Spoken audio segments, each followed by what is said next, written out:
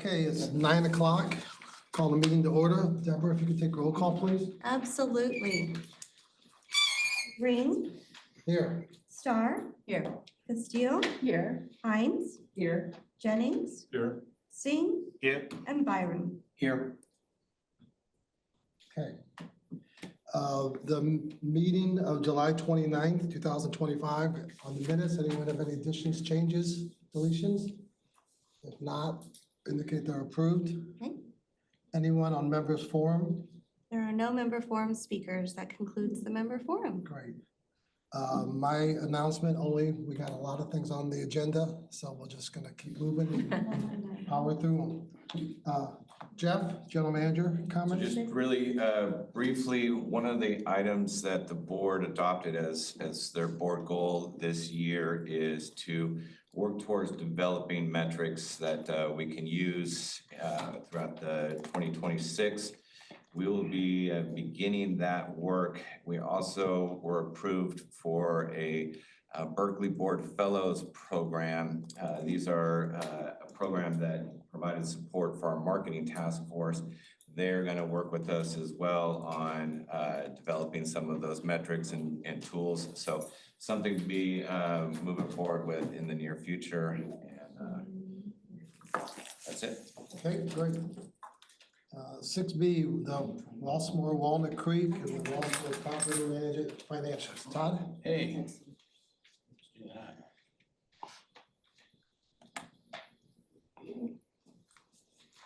Start.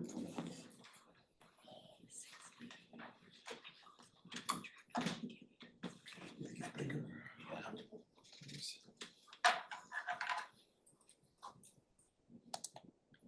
Well, since this is first, let's start with Rossmore Property Management. So, year-to-date through July, we are still quite favorable.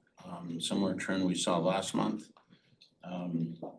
We still have, as we've talked about every month, we still have timing variances in the budget in terms of how we spread the budget over every month versus where some of the fees hit. So we'll still see some timing issue, but I will say, there is something to said for terminal velocity. And as we keep getting every month behind us, we're headed to more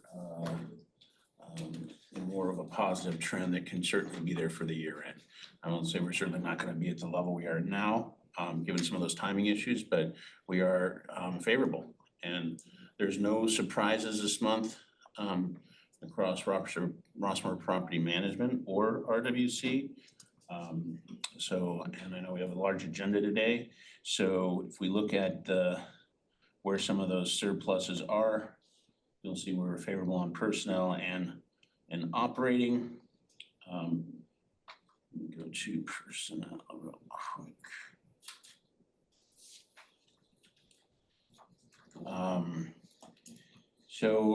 Really some of this is the benefits, the salary and wages. We include some of the temporary help we did at the beginning of the year we've talked about. So obviously the benefits are favorable. So some of that salary dollars are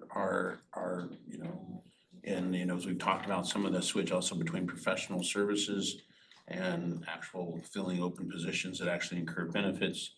So there's a little bit of savings on the benefits. And obviously we're still favorable on personnel. I will say that I was a part of that, but I'm happy to announce that Jason Lopez joined as the open FP&A role that I had for this year. So really good news for me, my staff, to have that position filled. If you guys all remember, that was Bud Baxter, originally promoted him last year, who played a key role in all the budget work. And then Daniel Margolis, who was working for Bud, took over, but then he moved to the Ukraine. So it is what that is. So I've had a couple months here. We've been implementing Workday Adaptive, our budgeting, forecasting, planning tool. But obviously Jason started this Monday, and he's 4 months behind already, but he's committed to all we're doing. Comes with a wealth of experience in business analytics across multiple platforms, and has Workday and NetSuite experience. Yeah. You keep talking about a projection. When do you think we'll be able to see a projection for the remainder of 2025? 25. We are working on that right now. So as soon as we close July, we are a part of the budget process. So you'll see, unlike last year in the budget committee hearings, you'll actually see a year-end forecast. So all the senior team has gone through their departments to create the year-end forecast. And so, which we didn't really do last year, as we all know. So as soon as I have July, remember if you look at last year, we did January through June, and we had some kind of like, we just doubled it in some cases, some other things. So we actually, the great thing about Workday is as soon as July is closed, I can just upload July actuals, doesn't change anything. So we'll now have a forecast. It's almost done. We're right now in the compilation stage of that. So as we roll into our budget hearings in just a couple weeks, we're gonna be publishing that budget, you know, for the board here next week, I think is our time frame. So So we'll have fast and furious. We have January through July, then August through December. Yeah, so you're gonna forecast see before we get last year, Right. you're gonna see the actual approved budget for this year. You're gonna then see January through July actuals. You'll see a year-end forecast. You'll see a 26 budget, and then we'll compare the new 26 budget to the final approved 25 to look at increases and variances between budget to budget. So. And will there be seasonality in that? We will. So it'll be a two-part exercise. So Adrian, Workday is fairly complex until we go back and actually do the seasonality. So in terms of the actual budget delivery for next week for the board, it'll be an annual number, but then we are working the background to seasonalize it. So when we actually load it into NetSuite and then we finish with the Workday work, because the cash flow is gonna be super important for insurance, everything that's going on. And that's gonna be the same with the mutuals, except the mutuals on the reserve side will already be seasonalized in the beginning because of you and his team will put those big dollars when they happen. So, yeah. Okay, thank you. All right, so moving on. I don't think there's really anything professional services. We will see a little bit of catch up on that. Most of the implementation charges obviously go to the balance sheet on some of our systems. So some of that professional services is a little bit light there.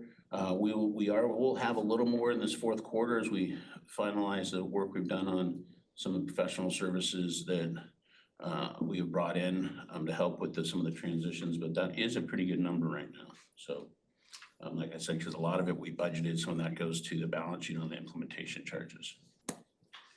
And that's on both sides of the equation. And then all the detail on RPM, if there's any specific questions, obviously you guys have the financials and I'm available to answer any direct questions on the RPM side. All right, I have yeah. overview question. On some of these, we've got some pretty massive swings. Is that because we're just in the process of reclassifying some of these? Yeah, I mean, some of them are reclass issues, a lot of it is timing issues. But there is certain reclass things, certainly if you look at supplies and some other things where there have been some, budgetary dollars, and we're going through that exercise right now with the budgeting to make sure that where we budget dollars are where they're getting booked to, obviously, and so there's work to be So done some of on these that. massive swings, like especially in salaries and wages, temporary help versus some of the other ones, that's just. Yeah, some of because that, there's reclassification? also some of that is just we budgeted thinking we're gonna use more Well, people it's not versus. 1,830% change. Salaries are down, but it's Yeah. down, so. Yeah, Yeah. All right. all right, moving on to Rossmore Creek. This one is certainly more affected by the timing issue because we haven't done a lot of the slurry seal and stuff on the roads. We know that was all coming. We talked about that last month, so that's still gonna hit the facility maintenance expense. So if you were to look at on the expense side, if we were to look at the facilities maintenance, that $333,000, that's gonna pretty much be used up, right? So that variance that we talked about last month is timing. Same with some of these other, I can't speak directly right now off the top of my head to John T in the landscape. But we're also, I know that is also linear. We will be eating against that surplus as well. But I will say that we are trending to a very good spot for the end of the year. Right, so, and we'll see that obviously as Dan asked when we see the forecast.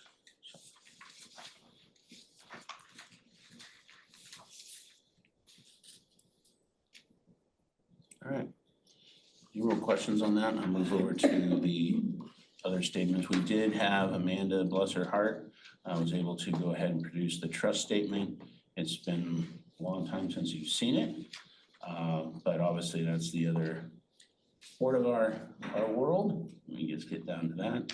And so I think it was a great addition to put this back in. You know, this has just unfortunately been the bottom of the list in terms of being able to reconcile all the cash and intercompanies. But as you'll see, well, I guess really not the intercompanies, but for the cash stuff and updating all the CapEx expenditures. So you'll see on the trust statement, you know, we're pretty much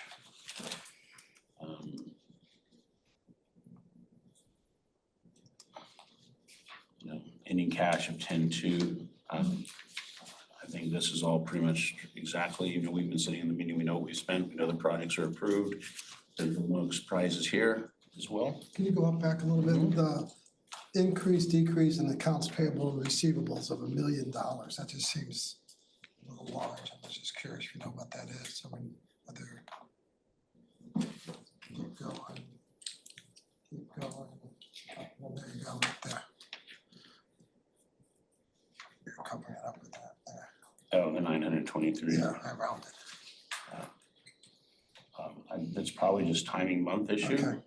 For the month, I won't get that exact correctly right now. That's without all. opening it, but I think it's just monthly close, monthly timing, the close into next year, depending on things.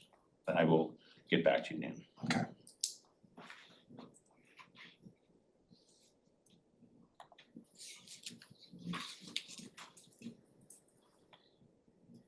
And then, as we've done in the last 3 months, just to kind of show you the actual bank statements or the bank balances after the last 3 months. So you can see that we're, you know, still super healthy. No surprises here either. And, you know, we're sitting on 14.3 as end of July. So I had a question, Yeah. Todd. So I noticed that the MOD checking account balance, it's gone from 400K to 950K and now it's at $1.7 million. Is that just because, Payroll. Just payroll timing. and so is that well, maybe you explain to me, how is payroll paid? Is it twice a month? Is it once a month? Is it every other week? It's twice a month. It's always the 7th and the 22nd. So just Okay. depending on where Amanda is in terms of reconciling the cash movement, the actual disbursement of that cash can vary and carry over the month end. And we can see that once we start doing the cash flows, which we've talked about in the midst. Okay. So But I can get back to you. I can give you more of a detailed cash flow and where how that varies month to month. That would be helpful. Okay, it just seems like that's not right at the month end, that it should be fairly consistent in terms of the cash that's come out. But you're saying that, so there's there maybe not some Depends when. posted, Yeah, it depends when Amanda does a transfer, when it's posted. It's just depending on where she is on her work cycle. okay.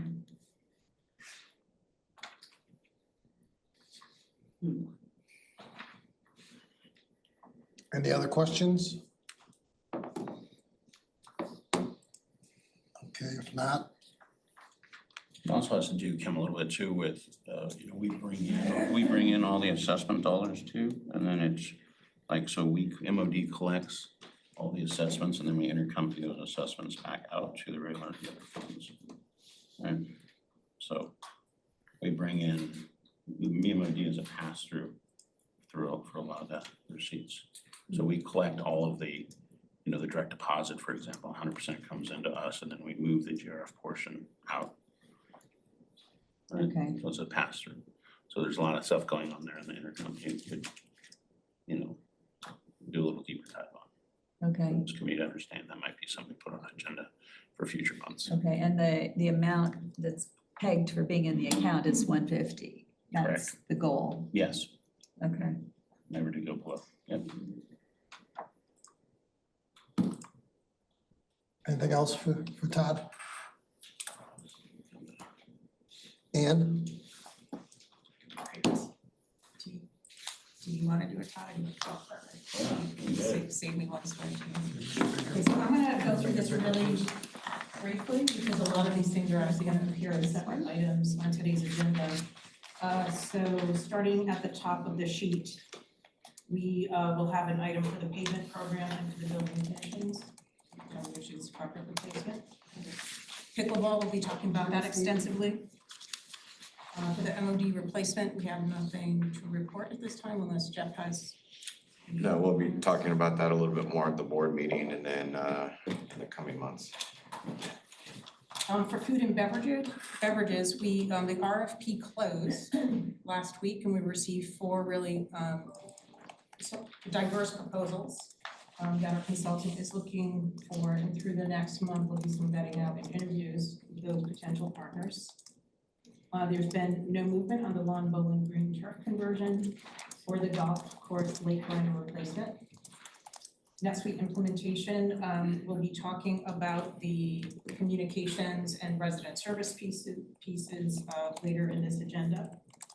For the golf bridge replacement, there's work prepping to get some engineered drawings that we can send out to bid by the end of the year. And then the remainder of the projects are complete. Okay, so I'm happy to answer any questions, but I think the meaty things are coming up later. Yes. On food and beverage, which I don't think we're talking about later, right? Correct.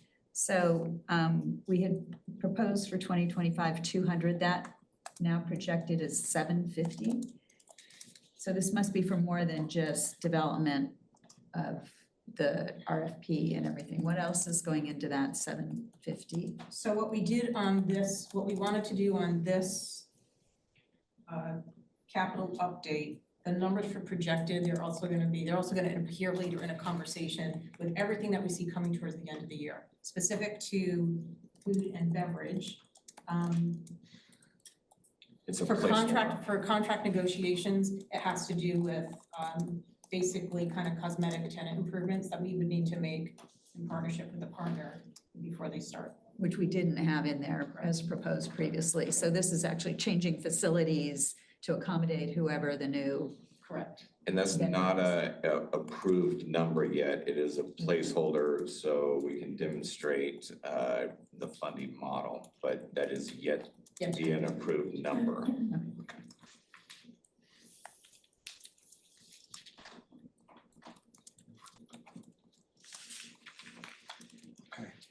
Anything else on that? Any Just- questions? I just want to make a comment. We've had this line item called NetSuite implementation. I just want to be clear though, there's other things that are also hitting that. So, we've talked about kind of getting a recap on the spending on NetSuite. And so, we've had a lot of implementation charges going through with Workday and everything else. So now that we're through July, but we're also, looking to bring on Vermont, and we're also looking at the web page from those dollars. So just don't think it's all NetSuite. We're making those dollars go as far as we can, and we will be doing a recap on that spending, so everyone can see that. When do you anticipate having the recap? Well, I mean, we've been waiting for, estimates from the website. We've been waiting to get a lot of the implementation invoices in, so we know it's, obviously going on the balance sheet. So, I would say part of this budgeting process is forecasting that and in having that. So, I wouldn't say that it would be, we can probably look at it next month for sure. 2 of those items are on your agenda for today for the discussion. Right, I understand that, but the overall breakdown of the costs we've been asking for a while. Yeah. The thing is, it's always a moving target, and so with these other 2 projects, we're trying to solidify those numbers, and then obviously we've had 2 months of Workday implementation, so. Yeah, I just wanted to say that, bring that up. Okay. So what's the financial kind of analysis going on for the mod replacement? So right now, we're working with the board on options that involve several components. The sale of 1220, which is the former medical center building, potential acquisition of other property. We've done a significant amount of analysis on different options for the mod replacement. So we'll be bringing that forward in increments as we get a little bit further into the process. There's a lot of moving parts in that one involving real estate transactions. Thank you. Okay. Anything else? Let's move on to D, the MTF activity.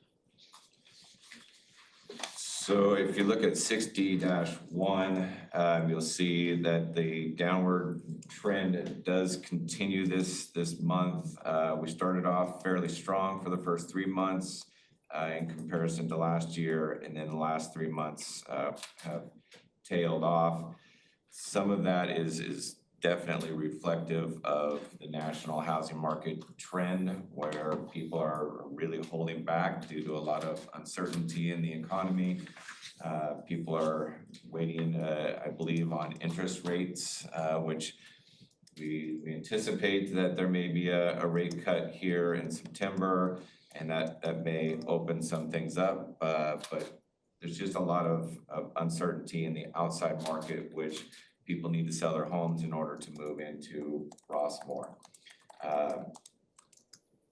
We're just continuing to monitor that. I don't know if there's any questions specific to the numbers. Go back on time, please. So so August was 40 last year. We have no idea what year-to-date, month-to-date August is at all, do we? No, we won't know August numbers probably until the 20th or so. Okay. Okay, any other questions? You don't have anything else on net suites, do you, Todd? No. And nothing else from planning? No. Okay. There's no unfinished business that I'm aware of. So let's go to new business, the RWC fee review. So on an annual basis, we are trying to bring to the Finance Committee and the board a recap of all of our fees that we have by department. And this gives the Finance Committee and the board an opportunity to decide on any adjustments to those fees prior to adoption of the budget. We also then can incorporate any changes and reflect any anticipated additional revenue or any additional revenue in the budget as we move forward. So this year, all of the department heads reviewed their various fees in association with their activities. And we'll go through. I have most of the managers here. Is Tom online by any chance? He's not. Okay, so we'll start with public safety. The numbers that you see here reflect current 2025 rates for RFID tags at $25, RFID renewals at $15, and golf cart permits at $15. The proposed rates for 2026 would be that RWC and RPM contractors and realtor RFIDs that are currently $25 go up to $35 and $15 for renewal annually. And then the golf cart ID cards registration go up from 15 to 25. So those are some increases in those individual fees. I'll tell you one of the strategies that we did in evaluating some of these fees and areas of fees is we reviewed some of our sister communities and looked at, what do they charge? So like Laguna Woods, Seal Beach, and what different areas of fees do they have? So in public safety, you'll see some fees that we pulled from our other communities. For example, replacement ID card for a resident or non-resident would be $25. So if it's a worn out card or a lost or stolen card, we would replace that. But if you just need a replacement card or a new card, it would be $25. A replacement RFID for a vehicle, for a second vehicle, or you get a new vehicle. Usually, currently, we don't charge for that. Now we would charge $25 for a replacement RFID. This is a new one for construction contractor RFID that is a non-Rossmore Walnut Creek contractor. There are many contractors that work in here very frequently. This would be an annual $200 RFID per, and then $50 for each additional vehicle, so they can come in and out without having to stop at the gate and take that time from their workday. We have some reports that we provide for insurance, for legal purposes. These are not that a resident or a family member or other can call and request it, but it is more for like when an insurance company is trying to get a report on an incident, for example. We would provide copies of Securitas reports from incidents at $20, a hard copy of a report or a digital copy at $20, or a hard copy at $25. If we happen to have video of the incident, it would be $25, or if you want a CD or thumb drive, it would be $50. So those are all new kind of categories that we currently don't have, but if we get those requests in, it takes us time, it takes processing, so it makes sense to add some of those fees for those areas. Any questions on any of those? Roughly how many of these kinds of requests do we get a year? Not a lot, because they're mainly if there is an incident that somebody is trying to either report to their insurance, or if there's some kind of medical that we respond to and there happens to be a report, but it is not a high volume. I mean, I'm just sort of asking, the question is, administratively, is it worth it's gonna cost us a certain amount just to sort of be able to charge. Is it worth it? So something like this where we're already processing the request, we're already transitioning, it wouldn't add a burden. Other areas, you're very correct. We want to analyze what the cost of collecting is compared to what the value of what we're collecting. But I think with this one, it's we're already set up, it's flowing through the Securitas office already. And then I'll ask Ann to jump in on this one too, but this is a totally new area and idea. It goes along with our marketing theme, and that is for prospective buyers that prospective buyers that may want to come in and experience Rossmore for a day. They could get a day pass for $100. It would get them in the gates. They could go to the fitness center. They can go play golf. They could go to the movies. They can go to a concert. They would still have to get tickets for where a ticket applies or pay the greens fees where the green fees apply. But they can virtually come in. There would be a registration process. So it's not just somebody showing up at the gates. They would have to pre-register. You want to? Sure. So I'll start by saying this is in its infancy. When we were talking in the marketing task force, one of the things that we identified is that the only way prospective buyers get in is with a realtor. And was there something we could put in place that would allow folks to come in without having to attach to a real estate agent?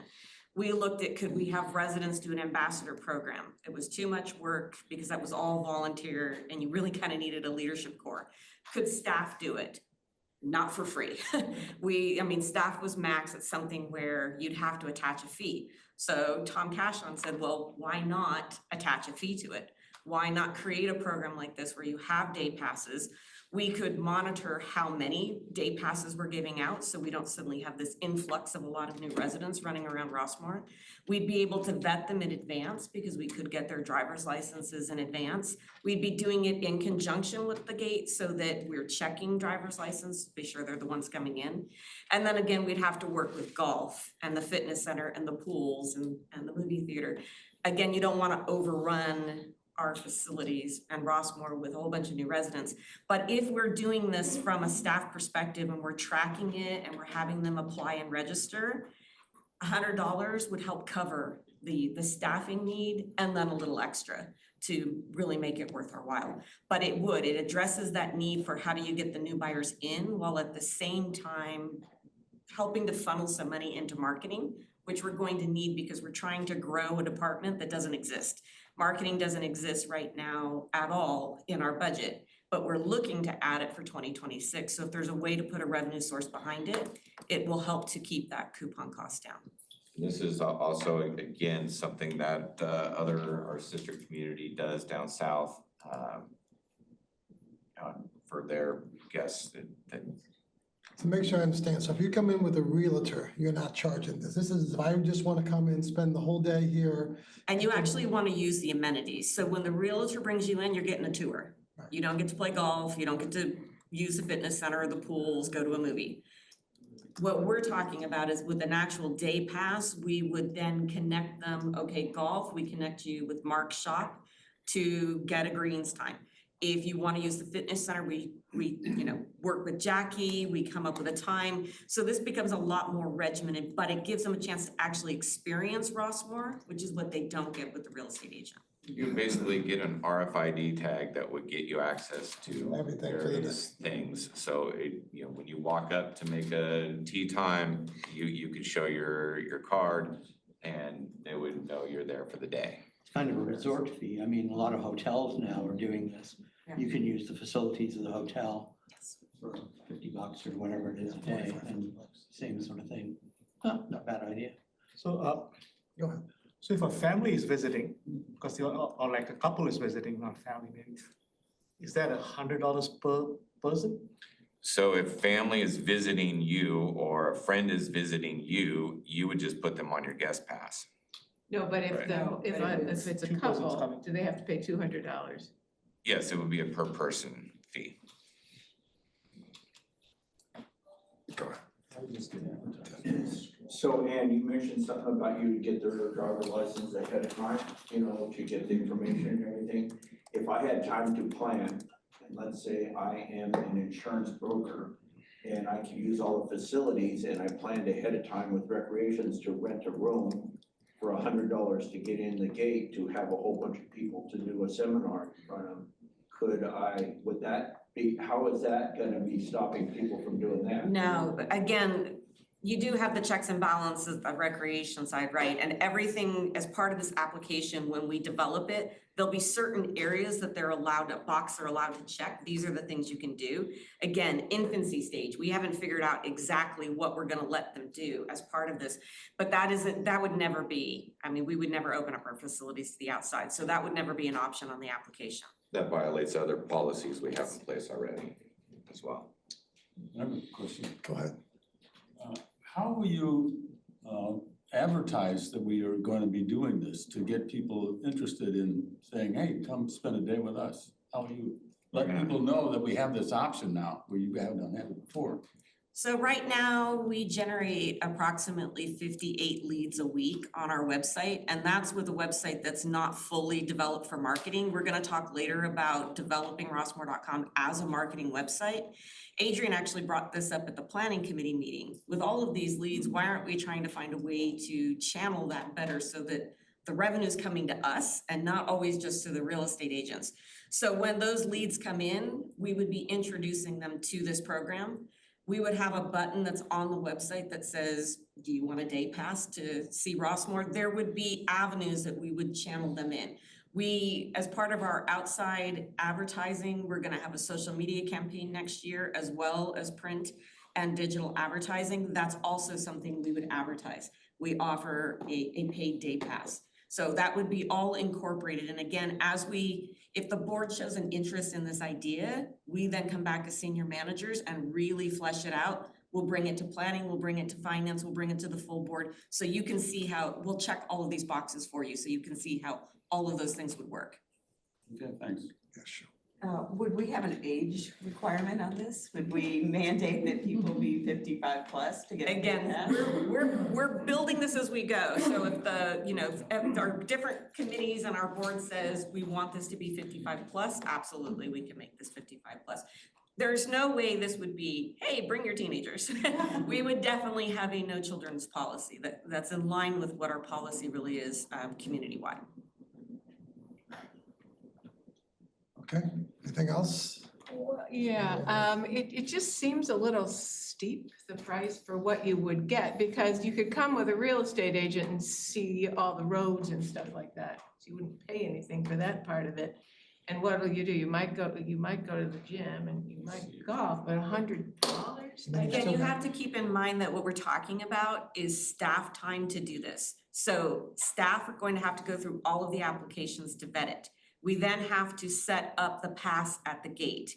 We have to vet them before they come in to be sure they are actually 55 years or older, or whatever our parameters are. Then we're gonna have to coordinate with the different departments. So golf is then gonna have to help them set up a tee time. Again, they don't have access to my Rossmore. They can't set up a tee time on their own. The golf shop will have to help them with this. So as we're looking at the different departments that might be involved, and you put a price on that based on what each of our hourly employees is making, that's how we came up with, it's probably closer to about $60 to $70. But again, we're gonna need to market this, so you gotta build that in as well. That's how we came to the $100 number. I believe the fee at Laguna Woods is $150. So we're cheaper than they are. So we're cheaper. So I have a question. So We're is this better than they are. a one-day pass? It's not like a one-time go play golf, come another day? No. go No, play it's tennis? truly a one day. And that's another reason why we want staff to vet it, so that we can see who's already used the program. Okay, all right, anything else? Let's keep going, we got a lot to go through. Okay, so the next, I'm gonna ask Mark to come up and go through golf rates. So, Mark, why don't you? That's an empty chair, right? you want, or I can move for a minute. Be easy. Come to the big table. Enjoy. So, this is a comparison chart, which I do each year, and you can see what we've got there. We've got the resident current rates and proposed, and then moving down and comparing to other golf courses. But I think when you talk about the rates for this year, what I'm proposing, you really have to look at cost first and what the anticipation is in 2026, because there is a major change that's happening. We've known it's coming, and we're seeing it this year in the cost of water. We know that water goes up each year. That's a known. But the other thing that we've known for a while is that the air conditioners are being replaced all over the valley. And we anticipated that at some point, there'd be a large drop in what happens in the creek annually as far as how much water is going to that creek. The result has been this summer, we're pumping from East Bay Mud about 335,000 gallons per day compared to 183,000 last summer. Important, large change, even more important, this has not been a hot summer. So it really comes down, there's not as much water in the creek because the air conditioners are finally being replaced. That's happened. Adrian knows this, we've talked about that quite a bit in the past. So with that in mind, definitely had to form the budget next year and the anticipated income around the idea of we need to create more money. Do you mind going down next one? Okay, so these are the proposed changes. The annual card would go up a little bit. The break even would now be $2,400, about 80 rounds per year, whereas in the past it's been 74 to 75, so a little increase there. And then we see the quarters change a little bit in anticipation of that. Daily fees for residents went up not too long ago, as did guests, but I did raise the guests also. With these changes, I'm looking at probably producing over, and also the resident sponsor guests that are going up a little bit. That went up $300 last year. Another $100 is proposal this year. Altogether, I'm anticipating that would bring in over $200,000 in increased income, which I think would more than cover the water cost and then some. So you would see hopefully a reduction in coupon as far as golf goes, but also cover any anticipated increased costs in water.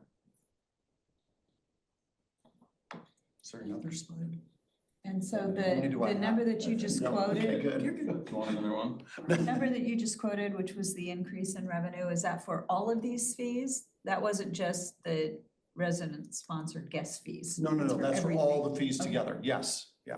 All those fees together, the anticipation would be the number I gave you.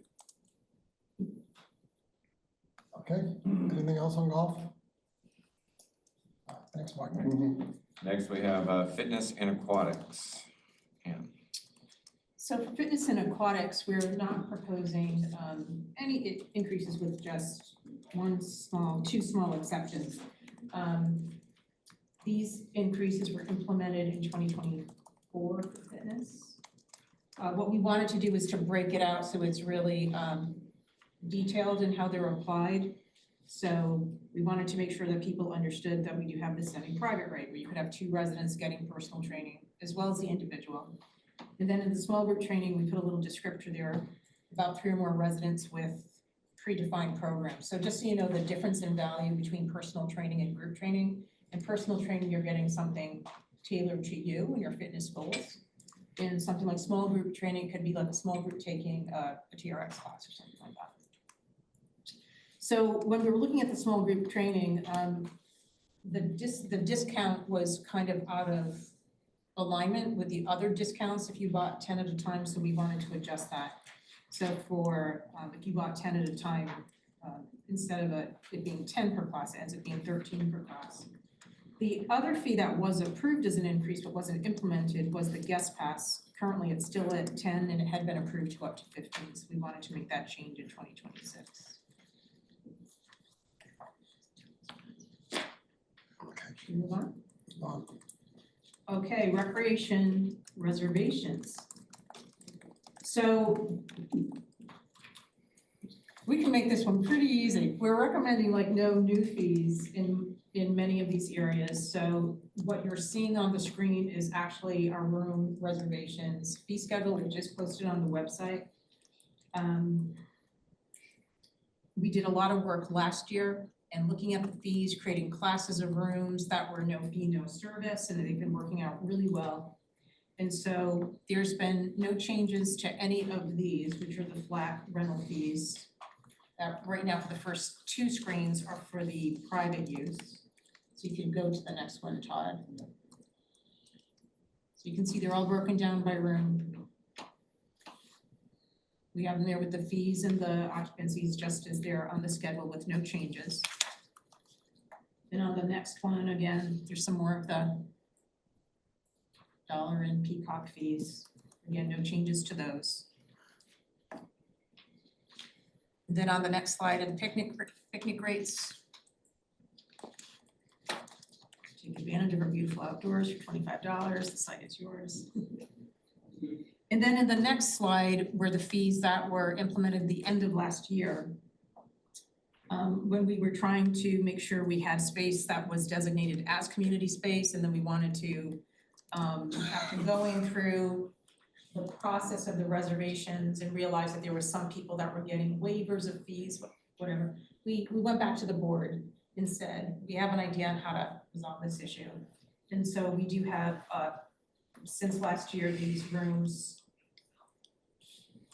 established as community rooms, which are used for private or clubs. And then there's a whole, in the next slide, Todd, there's a whole bunch of rooms that are set up as no fee, no service rooms. And it's just what it sounds like. As long as you require no service to the room, there's no charge to it. This is where we have a lot of the clubs programmed, but it is available to private residents as well. So then on the next slide, here's just a note down there on the deposit, because the way we have the reservation guidelines written, that deposit, because people ask about this a lot, when a private reservation comes through, they actually have to pay that deposit that we hold until the end of the rental and everything's fine, it goes back to them. But for clubs, there's a note in their reservation application packets that they're not charged this fee in advance, but it may be applied after use if there's damage to the facility. And in either case, we would show the invoice for repairs. There's also a note, that other note there on the AV change, that was also made last year, so for clubs, we created a plug-and-play system where there's no charge for AV in certain rooms where if the club goes through a training, there's different access points where they can plug in projectors and for sound. And it's a really great option because it kind of helps alleviate just some of custodian being at a room at a specific time to make a connection. And it also is a way for the clubs to gain some savings. On the following slide, we did have an increase last year in our excursions handling fee. So for every excursion transaction, there's an $8 handling fee. And then the last thing in the little side thing is our facilities and RV lot fees. Those again were increased in 2024 and no increases are proposed. Happy to answer any questions. Any questions, Fran? Okay, let's keep going. Excellent. So the few things that I manage that go to GRF revenue are handyman service and the rental space of the contractor yard. So I'm proposing we increase the handyman service from $275 to $300 per year. That's an approximate 8% increase, which would increase revenue by about from $511,000 to $552,000 revenue there. So any questions on handyman service? Your logic is what? My logic is that I think we didn't ask for an increase last year, and we're looking to increase the revenue for GRF. And this is a very, very low price service that we provide. And I think that there's room to increase the revenue there without decreasing the usage. So basically for the handyman service, a resident can get up to 96 hours of handyman service per year.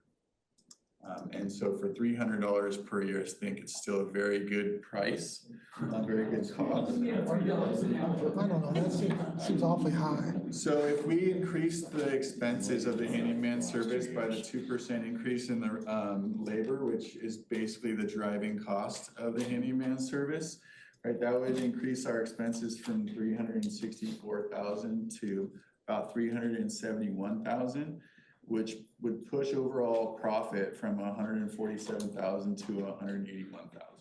So that's a $34,000 increase in profit to the bottom line of RWC, which offsets the coupon. So that's the thought process behind it, Kim. It's just that as a user of handyman services, there's so much that they won't do for you that I'm not sure about the proposition that you can increase the fee without affecting usage. It gets to a point of no return. I can hire a handyman to come in and fix a light socket that handyman services won't. For $250 one shot. Maybe. Promise.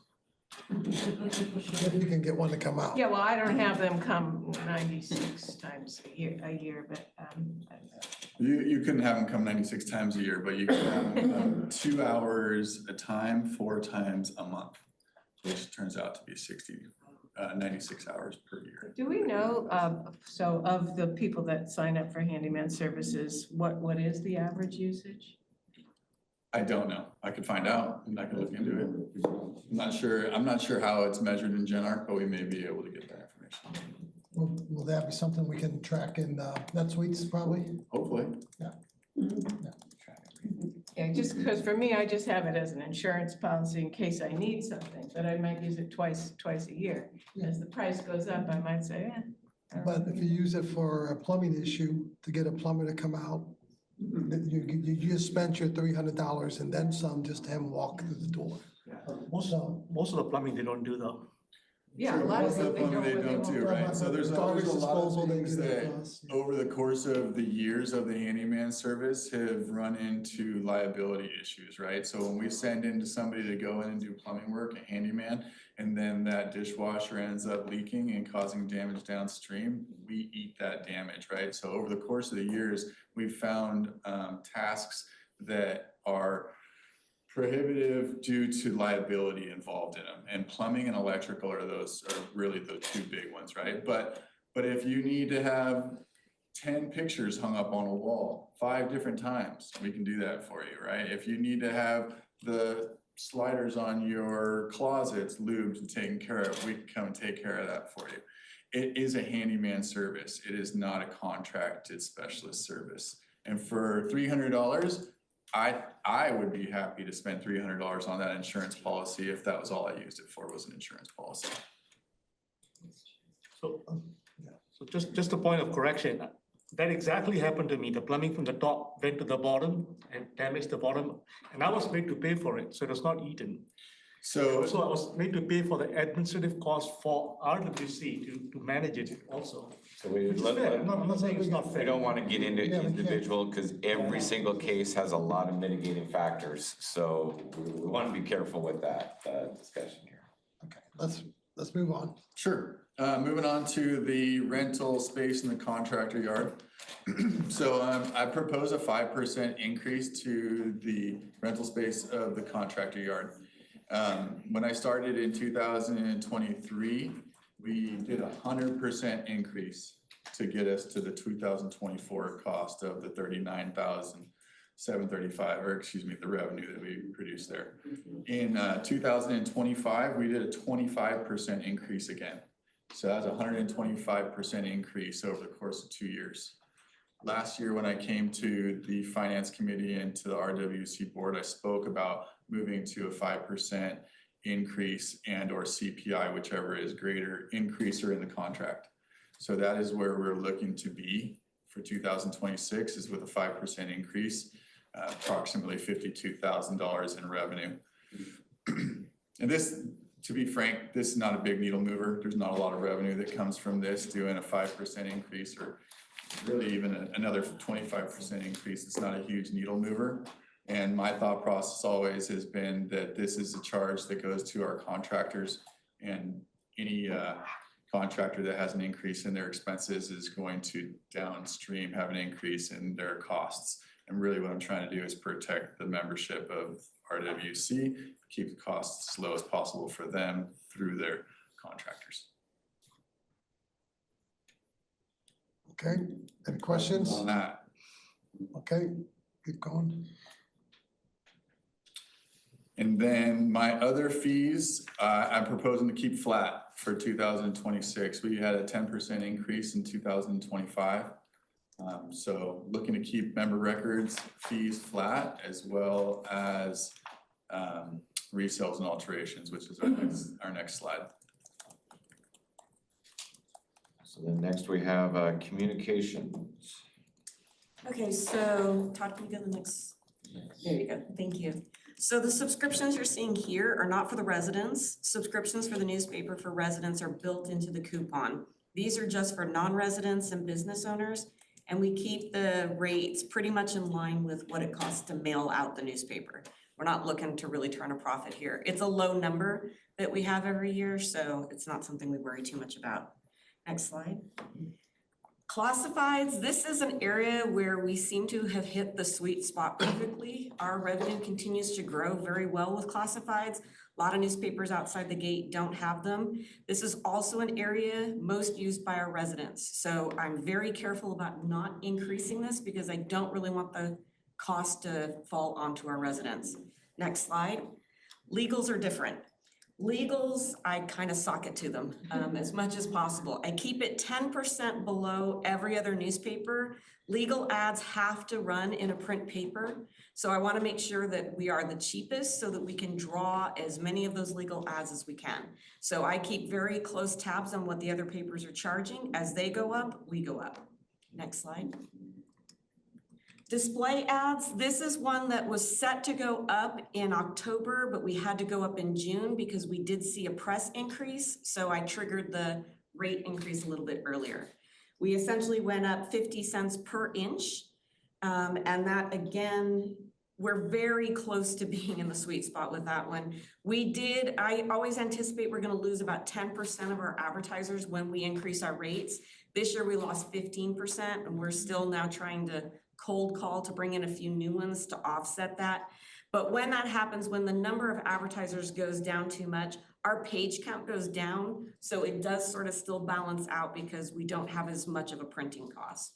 So we're still in a pretty good spot. What we're a little bit concerned with right now, we are starting to see some of our home improvement and contractors go out, and that's tied largely to tariffs. Unfortunately, supplies are getting so expensive. Many of them can't do the projects they used to do. So we are seeing a few of those folks go out. They tend to be our smaller ads.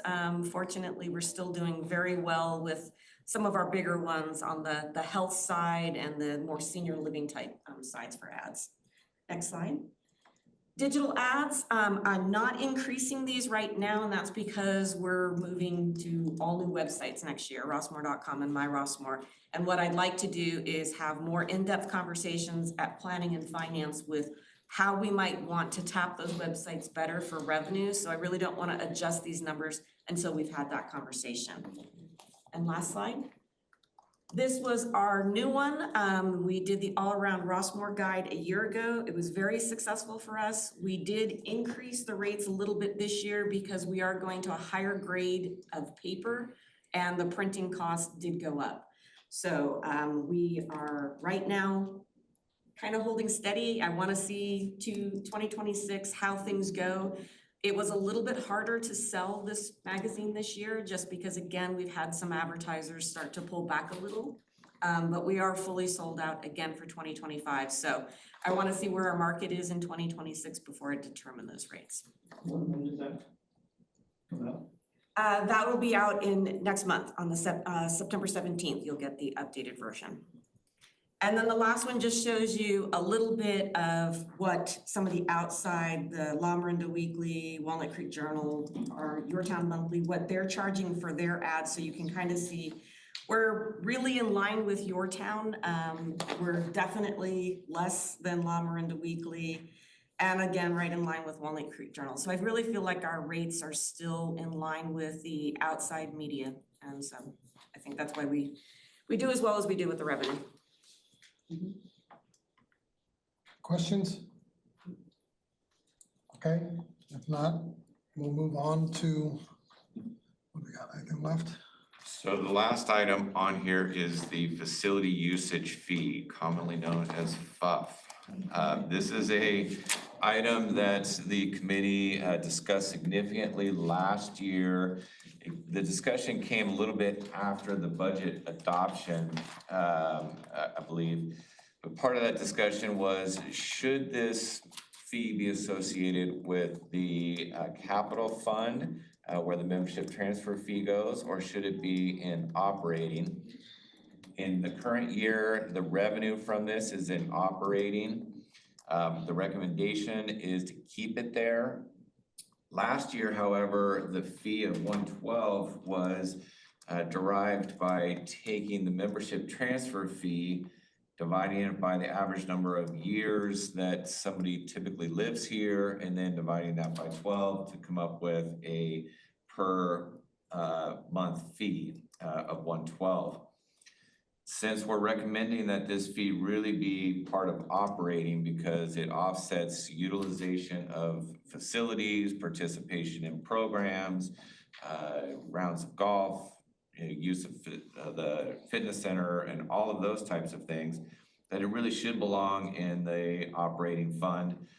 And thus the formula that we're proposing would be to take the monthly coupon, subtract out Comcast, because that's already being paid by the owner, and then divide that by 2, and that would equal your facility usage fee. So projected for 2026 with that formula, it would be approximately $145 per lessee per month. Do we know what the total revenue is for this year? We do. So the revenue thus far, give me one second. I believe it's about 280,000. Yeah. I can't do the math. Yeah. I know. So 208. monthly coupon, mine's $1,300, let's say, plus Comcast is. RWC. Oh, it's the RWC portion. Sorry, So sorry, currently my it's bad. about Got it. 354. You take out, it becomes Got it. 290, Thank you. divide that down.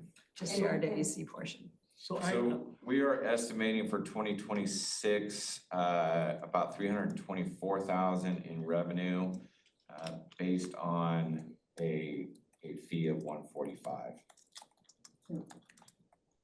This year, we're estimating that we'll end the year with a current rate of 112, around 250. We're definitely seeing an increase in rental activity as sales are going down. There is an increase in overall leases. So, that question. So Jeff, the owner pays the Comcast bill, but also the coupon, the whole coupon, is it? Yes. So in the case of when a owner leases their manor, they do not give up rights to use any of the amenities.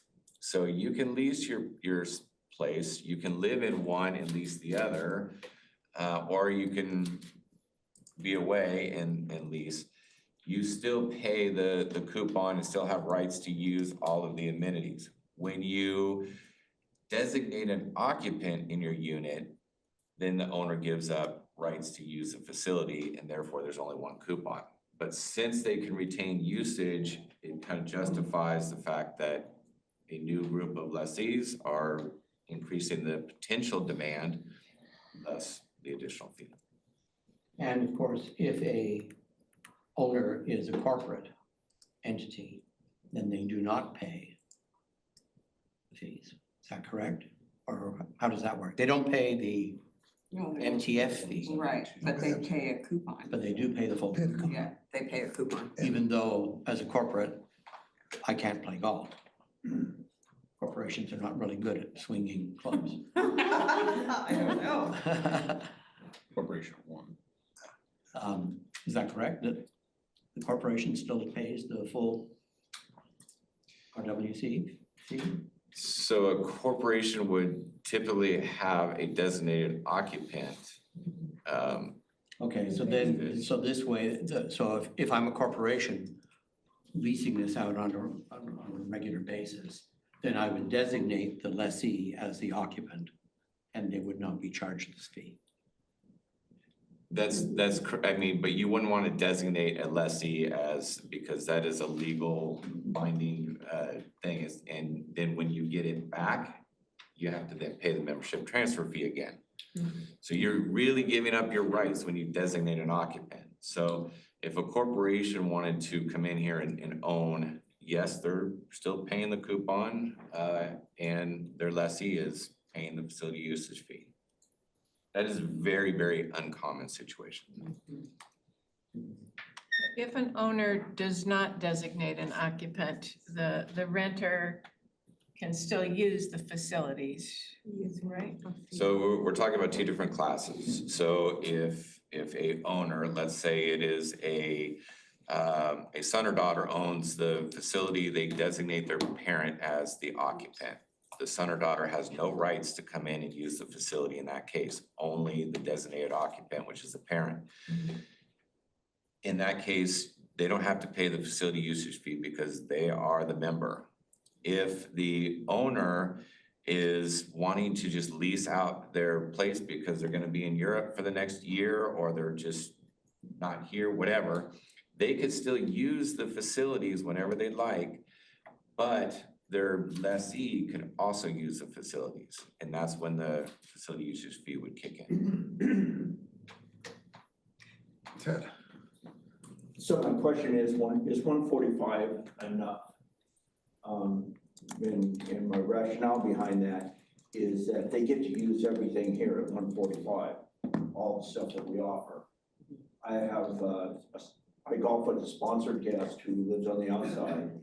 He pays $225 a month to use former gym, which is $2,700 a year just to use former gym, one facility. And so is 145 enough when we get to give them every access to everything we have here? And that's my question. And keep in mind, this is a per lessee, not a per manor fee. So if there's two, if it's a couple, they each pay that fee. And we're recommending going from 112 under the old formula to 145. So it's already a significant increase. But the lessee is paying the full coupon that a normal manor owner would pay. The owner pays the coupon still, the lessee pays the facility usage fee. So in theory, if you own it and you're leasing it to me, you're paying the fee and then I'm paying the FUF fee. You're paying the coupon, I'm paying the FUF. Right, I could charge you zero, Correct. or I probably will charge you the full coupon, but. Or more, Right. Or more. or less. And then you can add and I'm assuming the FUF fee gets added on top of that, it's not a part of that, or at some point this gets added to the rent, this is you can't rent it out anymore, but there's more people leasing and renting out all the time. So I think going much higher than that, it's just too big an increase from one year to the next. And does the lessee pay the FUF fee directly, or does the owner charging it? So they register down at member records, and when they register at member records, that's when the fee is paid. So the lessee pays. Right. Yes. So you just brought up a point, so they get to, they go down to member records and register, which gives them the ability to be as a member. And it also gives them the ability to join 200 clubs, correct? Because they're now a member here if the club accepted men. So during the time that they're here paying the fee, they are not technically a member because the owner is the member, but they enjoy all of the privileges of being a resident of Rossmore. So that means they can join the clubs. Okay. But as soon as the term of their lease is up, all of that gets terminated. So it is up to the clubs if they want to have a short term, could be a 6-month lease, a year lease, whatever it is. But as soon as that term ends, the RFID gets shut off. Do we need votes on any of this stuff? Yes. The main one, yes. As a whole, recommending to the board proposed fees as is or as proposed? Okay. Yes. Including the FUF fees, is that included? Everything in the presentation. So you could do it individually or you could do it as a collective. So I have a concern here, however, on keeping the revenue in the operating fund. Further down, item H, basically takes all the operating costs and moves them to capital. Right. So we're reducing, by doing that, we're reducing the coupon. This and increasing the costs in capital. This is adding to operating revenue, but really should be offsetting the capital. So I guess what I'm saying this in a rather confused way, I'm sorry. Well, But the point being that operating costs are now moving into capital. right. And therefore, this revenue should also be moving. Well, but operating, the cleaning of the gym, the cleaning of this, that is not moving into capital. But this is Just a the- replacement for the MTF in a way. I mean. No, because the owner still pays the You MTF. still get the MTF when they Yeah. sell it. So Right. I think this is just the operation of the cleaning, those type of things, which are still, even if we go to H and approve H, is still gonna stay in the operation fund. It's not gonna take the replacement of the worn out, they have to buy a new treadmill because all the people are using it from the FUF fees, that would potentially be in capital, we gotta write that. But the regular day-to-day maintenance is staying in operations. So, I had a similar reaction. If we're talking about shifting those costs into the capital budget, then my reaction was this should be a. can we do this? Can we make a motion to approve everything in the presentation except for the FUF fee? Talk about FUF when we get to H and come back, and if we have a decision on that. This is the last thing on this. Is that okay with everybody? Yeah, it's good. Everything but the FUF fee? Okay. Okay, does someone want to make a motion on that? Right, so I would like to make a motion to recommend to the board that we approve all of the fees changes suggested in whatever this document is. The presentation, Yes, except, except for the facility usage fee. Is there a second? Can we have a roll call vote, please, Deborah? absolutely. So Ring, Yes. Star, Castile, Yes. Hines, Yes. Jennings, Yes. Singh, Yes. and Byram. Yes, It's unanimous. So we will come back to this when we talk about H, Okay. okay? Because we have a lot of things to discuss. Okay, Can I next start sharing? is 8B pickleball. Before we do, Adrian has something he wants to bring up on pickleball. okay. So a couple of things. One, I've distributed this little analysis I did. Basically, what it shows you is the overall costs with percentages. It points out that the amount to be authorized is essentially a third of the money we have on hand, and that we'll recover the cost of it in about 10 months from our MTF fees. It also has some numbers of the number of people from the pickle that are in the pickleball club, and the number of times a member actually goes to the court and plays. And thanks to Judy Bentley, who is the membership chair of pickleball. And then also, when I'm doing these kinds, when I'm faced with these kinds of decisions, I typically try and put it into some sort of a context where it's a big number. Okay, how do I make it a number that I can relate to? So I've put it into per manor, per pickleball member, and per pickleball member game for the next 20 years. And so we can talk about those a bit later. I'm on the planning committee, and the planning committee voted on this topic at our last meeting. When I was there, I was using my planning committee hat, which was For God's sake, go to the an appropriate one for our community. I wasn't looking at the finances, okay? So I'm very interested to hear all of the finance committee members, your impressions of it. And I'm not gonna argue one way or another until I hear everybody's impressions of what is appropriate for this. So let's start, let's go through it. So as Adrian mentioned, this item and the next one were both presented to the planning committee with recommendations to move forward. In that meeting, we very much focused on, the lane of the planning committee, the scope of the project. Of course, the value to the community more than just the financial aspects. And so today's discussion, and I think Adrian prepared some cool supplemental stuff, is really to proceed with seeking a recommendation for the construction phase budget based on financial review. And this would also authorize the general manager to execute the various agreements required for the project. So what I'm projecting on the screen is in the agenda packet. And this is the total budget for the construction phase. And what I'd like to do is to kind of go through and explain each of the costs. I did have some good questions come to me after the meeting about what some of these were. So I think it's worth going through these. So starting at the top, the hard costs. So the hard costs for this include the contract for Huff Construction. We're going to be talking about that in great detail with the next item. Just so you know, it now includes the relocation of the golf irrigation line.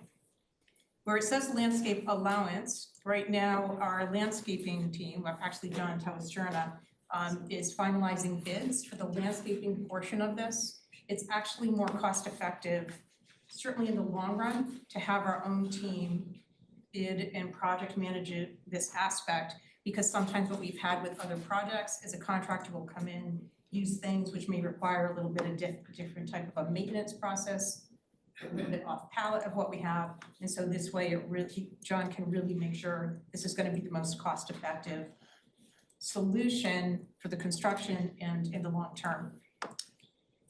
We do put 10% as a contingency for construction and landscaping.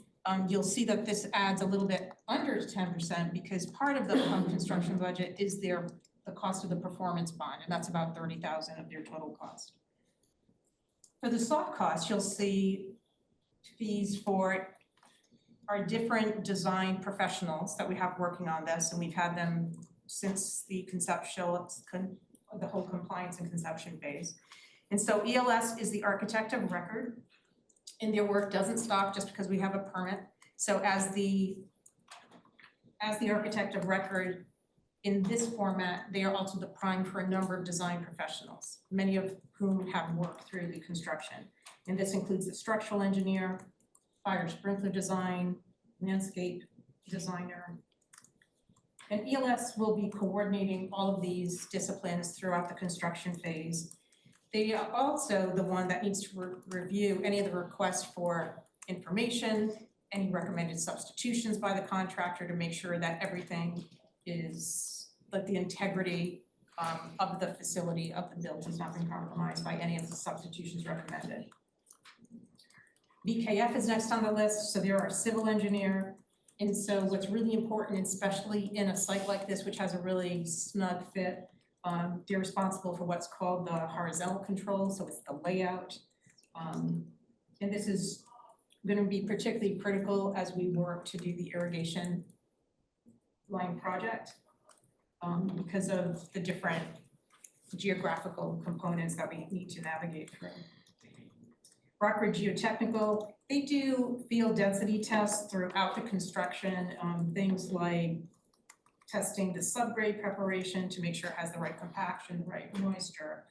They'll also check the moisture content of concrete, all the flat work and the pavement. So they're on site with a number of different roles throughout the life of this. You'll see another thing here, gear project management. So if you recall last month when we came to you with a project manager contract for capital project, what we wanted to do was to find somebody that had technical expertise that could really help us in the planning and scoping of all these projects. And there was a company called Consort that we have an agreement with.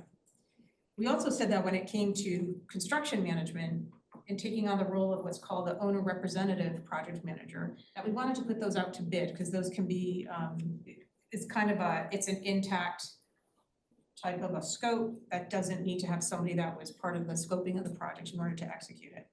And so I will show you that also attached was the bids that we put out, the bids that we received for this. And what we liked about gear management, they give us a fixed fee for this. They have really wonderful experience in lots of type of retail and commercial bills. They're local, so that really helps us for construction projects. And you can see that Consort, they gave us a rate of $94,000 for the project, and those were their hourly fees. And if you look at Pound Management, who's somebody that works really well with the mutuals, you can see their fee structure. And based the hourly rate they gave us, it would be somewhere between 94 and 100 estimated by the end. So we were really happy with the relationship that we're going to get to build with gear through this. Okay. Hopping back up here. So under gear, you'll see special inspections. And so what happens is the city doesn't do these inspections, but the city requires that certain elements of the project have these on site or sometimes in manufacturing special inspections. That'll do things like, a lot of times you're examining like the structural integrity of the structural steel. They'll come and inspect the wells on site.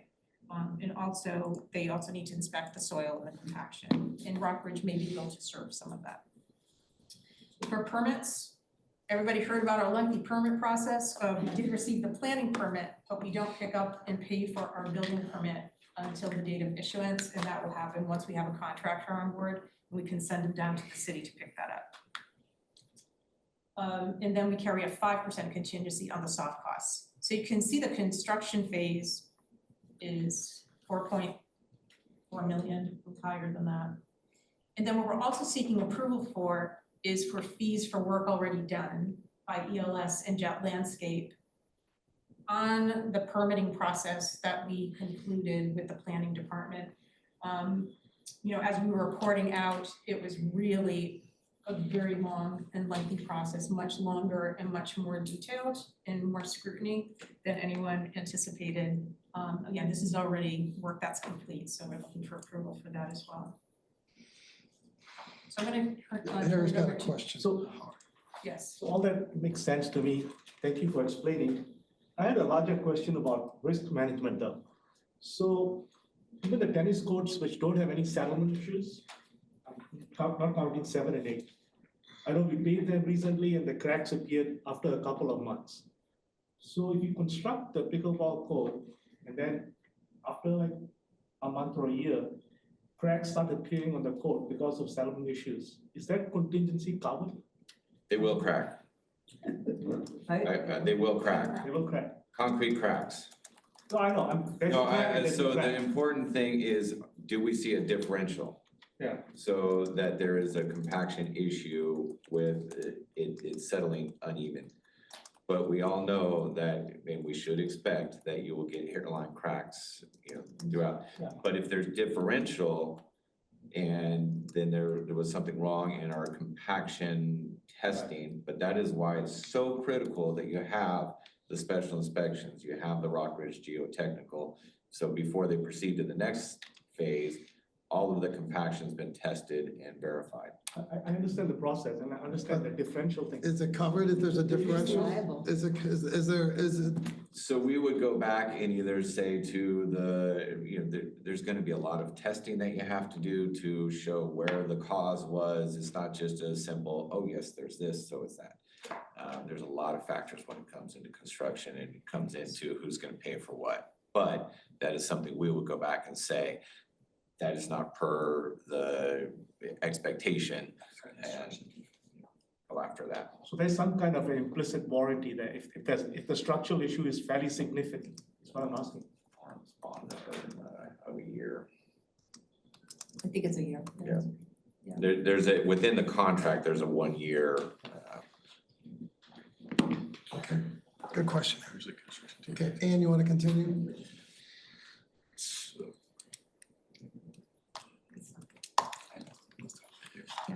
Are there any other questions on this one? Okay.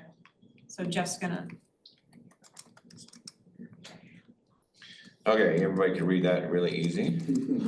So what this is our trust, our RWC capital cash flow model. And it is based on current spend through June, as well as our year-end projection for 2025. And this has built into it the pickleball project. So I want to run through this a little bit. So our beginning fund balance for 2025, we updated, and you saw this number in Todd's presentation of 10,116,000. We have updated this based on what our current year-end projections are. So later on, we're going to ask you to approve paving. So that's 878,000. Building finishes, that's the carpet. We're going to ask you to approve that later on. That's 18,000. We have some roof replacement at 25. Capital machinery and equipment is already purchased for the most part, but by the year end, we anticipate 715 as budgeted. We have some back order items that were carried forward from 24 in the golf shop area. That's again an already approved number. And then we add in the pickleball. So this is the number approved to date. What we are asking you in terms of new construction money So we project this over 2 years, so 25, 26. We'll begin construction in the fall. A lot of your costs are front-loaded because of acquisition of materials and so forth. This number probably will carry more into 2026 than what we're showing, but this gives you a good breakout of about 3.6 million in 25, and then $1 million carried over into 26. The medical center expenses, that's what's already budgeted. There will be some new expenses in that, but those expenses come out of our medical center deposit reserve shown here at the very bottom at 686,000. So if that number increases, it comes out of the reserve. Somebody noted earlier about the food and beverage. We added in this placeholder. The current lease expires at the end of the year. This is in anticipation of needing to do some significant refresh on the kitchen and furnishings and so forth with the new partner. This is more of an investment than it is a expense, as some of this we recoup based on the final agreement with the partner. So this, again, hasn't been approved, but is a placeholder. For the lawn bowling turf conversion, we moved this out so that our scoping work would be done in 26, and then we would anticipate a project in 27. So we moved 80,000 into scoping in 26 from this year, and then $1.2 million is a rough estimate in 27. Golf course lake liner, we would do our scoping in 26, and then the work in 28. This is something that is needed, but some of the water that we are losing flows through to the creek, which we then pump back in. So it's kind of a circular thing. So we're not really losing money, but this is a need, but we think we can move it to 28, but do the scoping and planning in 26. The net suite we'll be talking about here shortly. The golf bridges, we would continue with the planning process this year and look towards construction of the first two, I believe it is, in 26. And then the rest are kind of current projects that are either complete or planned. We then looked at 2026 and know that with our paving, so I'm looking up here, our paving projects and our other capital and rehab type stuff is going to be about $1.5 million going into 26. So we have a placeholder for that. Machinery and equipment is increased here in 2026, and we carry that on through. We see the $1 million for the pickleball, the 250 for the food and beverage, the scoping for both lawn bowling and golf, the golf bridges. So all of these are planned out for 2026. So we anticipated what we'll have to have. We also included funding down here to meet the board's goal of water conservation on the golf course of 150,000. Some landscape rehab at Dollar Clubhouse. If the finance committee recommends approval of this and the board approves and we keep the MTF the same, we keep the number of units sold the same, you can see that under our cash reserves, we are currently at 3.75 million, going to 4 million in 26. We still have the medical center deposit reserve. We try and have an available cash balance of a minimum of 2 million. We do dip below that in 2026, but it's regenerated in 27 and beyond. And this is a kind of a temporary thing. It could be adjusted again based on other approved projects as we bring capital to you later in the year. But we also do have the 4 million reserve. So we are still extremely healthy in case of an unforeseen event. So what hopefully this demonstrates is that we have the capacity to easily incorporate the pickleball project within our capital budget. currently. Any questions? No questions? I stunned you all. Yeah, well done. Very thorough. So we are looking for a recommendation from finance, going back to any other questions on cash flow? Do you want to keep that up or can we go back to the other? So we're looking at, for a Wait, wait, wait. recommendation for a cap. Ted's got a question. One question on your chart you had up there, because we just went out to 26, but if we look out to 29, are we okay, and I'm not sure if we should bring this up now or not, are we okay with the MTF where it's at to be able to get some of the things we should do in the future? Hold tight for the next, Hang on. But under this scenario, what you see, if you kept the fee incrementally increasing by 500, as currently is the case, you see that our revenue continues to grow through the years. So we would be increasing.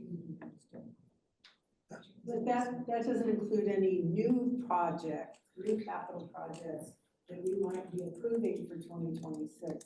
You got a couple $1 million in there, Jeff. So one of those. we do have some placeholders for things like paving But if those and were already approved, I mean things that have. nothing is already approved in 2026. Okay. So we put in plug fund, placeholders for machinery equipment, for kind of our ongoing rehab and replacement, for the lawn bowling and golf lake liner, the golf bridges, the water conservation. So these are all placeholders. The committee here and the board will have to actually approve these in the coming months. But you got some, in the last year, you got two $1 million placeholders. What are those for in 2029? Yeah. So this is, it's broken out here earlier, but what I did is just put in a placeholder for other major capital. So you have, he's got 2 million in 2029 and 2028 for other capital stuff. That may not be, it's obviously just a guess, Yeah. but it's at least a $2 million guess. And with that, we still come up with over 6 million in 2029. What it does not include though is any kind of major capital expenditure on the medical building. So we are gonna get into that in a later item when we talk about potential adjustments to the membership transfer fee as well as the concept of moving over some other items. So I'll get into a little more detail there.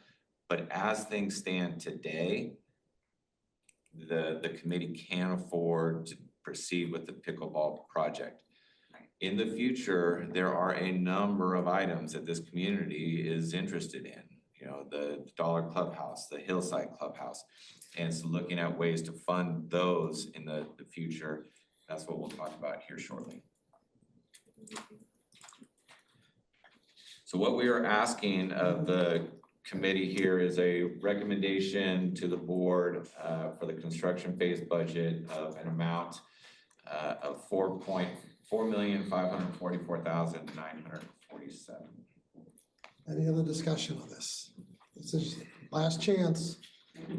Well, I just wanted to ask, is the planning committee unanimous in their support of this? Yes, we were. Okay, so that committee is comfortable with all this. Yes. So Adrian, do you have any additional comments? You said you wanted to make some comments. Well, I wanted to hear what you guys had to say before I stuck my 2 bits in. No one has anything else to say, so. That's what it is. Well, I as I said, I looked through the numbers and, the cost per manor that we're talking about here is $681. And if you think about the pickleball value it'll bring to the community, it's very easy to see that the value of your home would go up by $1,000 or $5,000. So obviously covers that very easily. per pickleball member, there's 632 members right now. If you divide that, the cost between that 632, it's $7,191. And, you know, each of those members has paid an MTF of probably 10 grand or so. So they've paid, you know, in some ways, they've already covered the cost of this thing. So, you know, it's not exact that way, but sort of order of magnitude. The one thing that actually sort of concerns me a little bit is the last one. I took the number of games, or the number of members who actually go down and play a game. They keep that count. And I ran it out for 20 years, and I assumed that 75% of the games will be played on the new pickleball courts. And then you work out the cost, and it's $9 per member when they show up to play a game. And so that's. So is that the analysis, or should it be what's the potential number of Well, it pickleball could be- games that could be played on those courts? Because Yeah. we would assume with new It better would. courts, the number of Yeah. members would go up, Yeah. Yeah. you know. Yeah, so this is sort of a worst case, if you will.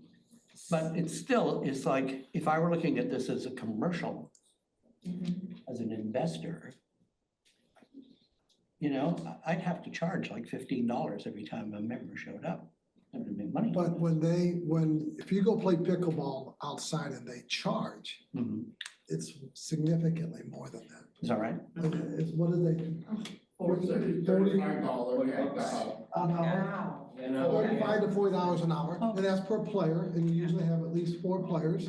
Okay. So that's. Okay, so that. $35 to $40 a player per hour. Okay, so that makes sense then, that in actual fact, our cost is way lower than the. But people do stay, they play more than one game when they're there too. They'll stay Yeah. for 2 hours or an hour and a half. That's what this is. 8, 10, 12 games. That's what this is, that number is per. But going back to what Kim is saying, I don't go to pickleball courts that much because the waiting time down there is too long.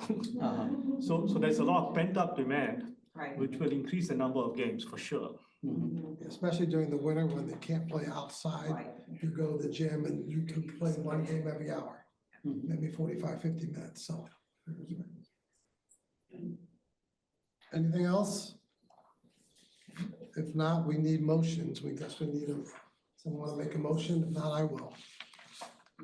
Okay, I'll make a motion that we approve the pickleball project construction budget in the amount of $4,544,947, which includes an owner's contingency to be paid from the RWC Capital Fund, and authorizing the general manager to take all things necessary, including executing agreements on behalf of the RWC to complete the project. Is there a second? Any other discussion? If not, can we have a roll call vote, please, Deborah? Absolutely. Ring, Yes. Star, Yes. Castile, Yes. Hines, Yes. Jennings, Yes. Singh, Yes. and Byram. Yes. It's unanimous. I also need to make a motion authorizing the general manager to execute a contract for the construction of the pickleball facility, including relocation of the golf main irrigation line to Huff Construction Company in the amount of $3,768,651 to be paid from the RWC Capital Fund, and authorizing the general manager to execute the agreement on behalf of RWC, including any change orders within the overall authorized pickleball facility construction phase budget. Is there a second? Any other discussion? If not, a roll call vote, please. Certainly. Ring, Yes. Star, Yes. Castile, Yes. Hines, Yes. Jennings, Yes. Singh, Yes. and Byram. Yes. It's unanimous. Okay. Dan, can I just take a second? There's a lot of folks behind you that have put a ton of time into this project, from personal interest, but also on behalf of the club, the community, and the community members that aren't even here yet. for all of you that have been involved for years and years, some of you, this is a big moment and accomplishment, so thank you for You need one more. Okay, Yeah. all right. You guys gonna go or you gonna stay? I need this. All right, great. All right. You're allowed. Those who are gonna go, I figure we'll give you time to get out.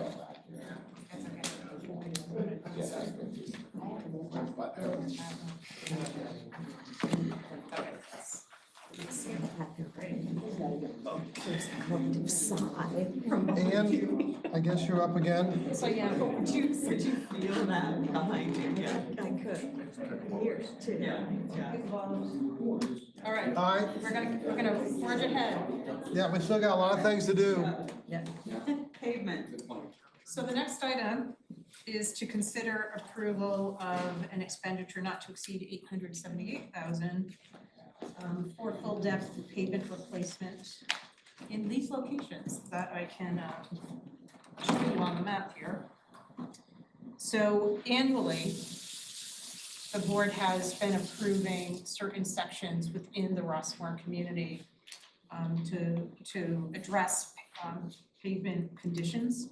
And so this year, the 4 segments that are being addressed are Rossmore Parkway, southbound lanes between Entry Gate and Golden Reed Road, Golden Reed Road between Rossmore Parkway and Chice Creek Drive, Golden Reed Road between entries 6 and 15, and Rockledge Lane. Martine Lemons is on the line if there are any technical questions about the project. But we did bid this project out to, we bid this project out to 3 companies. Silicon Valley Paving was the lowest bidder, and they've worked with us quite successfully in the past. And so you'll see their bid of $798,435,000 is an approximate 10% contingency, which gets us to the not exceed request of $878,000. Any questions, Fran? And this has already been budgeted? It's part of the capital. It's part of the capital. part of it. It's already- It was in that number of the capital that we It's just looked already at. there. It was already there. I have a general question. Yeah. Do we have sort of a master plan for paving of all the area, all the streets in Rossmore that says, on average, we have to do X percent of this, all the miles that we have in order to make sure that they're gonna keep going? I mean, generally, is it a formal master plan? No, but we do have a planning process where our trust asset manager, Martine Lemons, has, like, he tracks the conditions of the road. And he's basically, what we're doing is trying to program based on an amount, maybe based on need. So we're very conservative in what we're bringing forward. And we're looking at things and always kind of scoring them based on typical pavement scoring programs to figure out what are the things that need to be brought forward. So, and does he have a lookout for like the next 10 years that says on average? Yes, If we do all of these things, we'll keep them in pretty good shape. yes, but it's not black and white, it's dynamic. Because road Sure. conditions can change whenever, but yeah, he actually has a 10-year look. So is this number in line with what we expect per year, or lower or higher than what we normally expect? So you'll see you'll see when we look at that trust cash flow. So next year's, it's wrapped in there with other things. Sometimes it's a little bit higher. I think it's on the capital plan. You'll see in the capital budget, the actual things, but it kind of goes up and down, right? So it's somewhere around, it hovers above or below $1 million every year. Okay, thank you. Any other questions? If not, does anyone make a motion on this? I move that we approve the expenditure not to exceed $878,000 from the RWC Capital Fund for the full depth pavement replacement project and authorize the general manager to execute the contract with Silicon Valley Paving, Inc. for this project. Is there a second? Second. Second. Any other discussion? It should read, we recommend to the board. Okay. Any other discussion? If not, can we have a roll call vote, please, Deborah? Yes, Ring, Yes. Star, Yes. Castile, Yes. Hines, Yes. Jennings, Yeah. Singh, Yes. and Byram. Yes. It's unanimous, and I did add the context that it's a recommendation. Thank you. Okay, and So D, D, so then the next one is considering approval of an expenditure not to exceed 18,040 for replacement of carpet and flooring at the event center. And so also in the capital fund, we propose every year, we look at areas that need to be addressed. And this year, the initial proposed amount is substantially higher than this, as we thought we wanted to take on replacement of flooring throughout the Creekside Clubhouse. Because of the unknown of what renovations may be with the new operator in the Creekside restaurant site, we wanted to hold off on any expenditures for Creekside so we could do things more cost effectively in cooperation with an operator. And so this request is focusing just on the carpeting in the Donna room, some of which was damaged by a small fire, and restoration of the hardwood floor that's in the top of the room. any questions, Fran? If not, anyone want to make a motion? I will move that we recommend to the board to approve an expenditure not to exceed $18,040 from the RWC Capital Fund for replacement of carpet and flooring at the event center, and authorize the general manager to execute a contract with professional flooring and design for this project. Is there a second? Second. Second. I do have one question for the discussion. Yep. Did we go out to bid on this, or is just Oh, the, I'm so sorry. Yes, we went out to bid and we couldn't find any vendor that would do everything. And it was really important for us in the event center because based on our experience last year where we had to change out some of the tech stuff and we had to relocate a bunch of clubs, we now found a week that's dark. And so we needed to find vendors that could fit our schedule. So the only vendor that could fit the schedule to do both the carpeting and the hardwood was the professional flooring and design. And the two other vendors, if you looked at what they provided, it was actually more component. So even if This you tried was- to piece it together, this was cost effective and they worked in our and the timeframe. best? Okay, okay. Any other discussion? If not, can we have a roll call vote, please? Certainly, Ring, Yes. Star, Yes. Castile, Yes. Hines, Yes. Jennings, Yes. Singh, Yes. and Byram. Yes. It's unanimous. Great. Are you doing E also, or is that Todd? No, I think I do E, Yeah. right? Okay, Okay. So this is kind of a partner presentation with Ann because they're very connected, what we're proposing to do with the community services software and then what Ann's doing with the website and the portal. So we're asking to consider an expenditure of $14,500 from the RWC Capital Fund and then $11,630 from the operating fund in order to enter into an agreement with Vermont Systems for resident services and golf software. So currently there's 4 different solutions that are used between all of resident services and with golf. And it covers everything from golf, fitness, bookings for classes and personal training, room reservations, special programs and event registration, and excursions.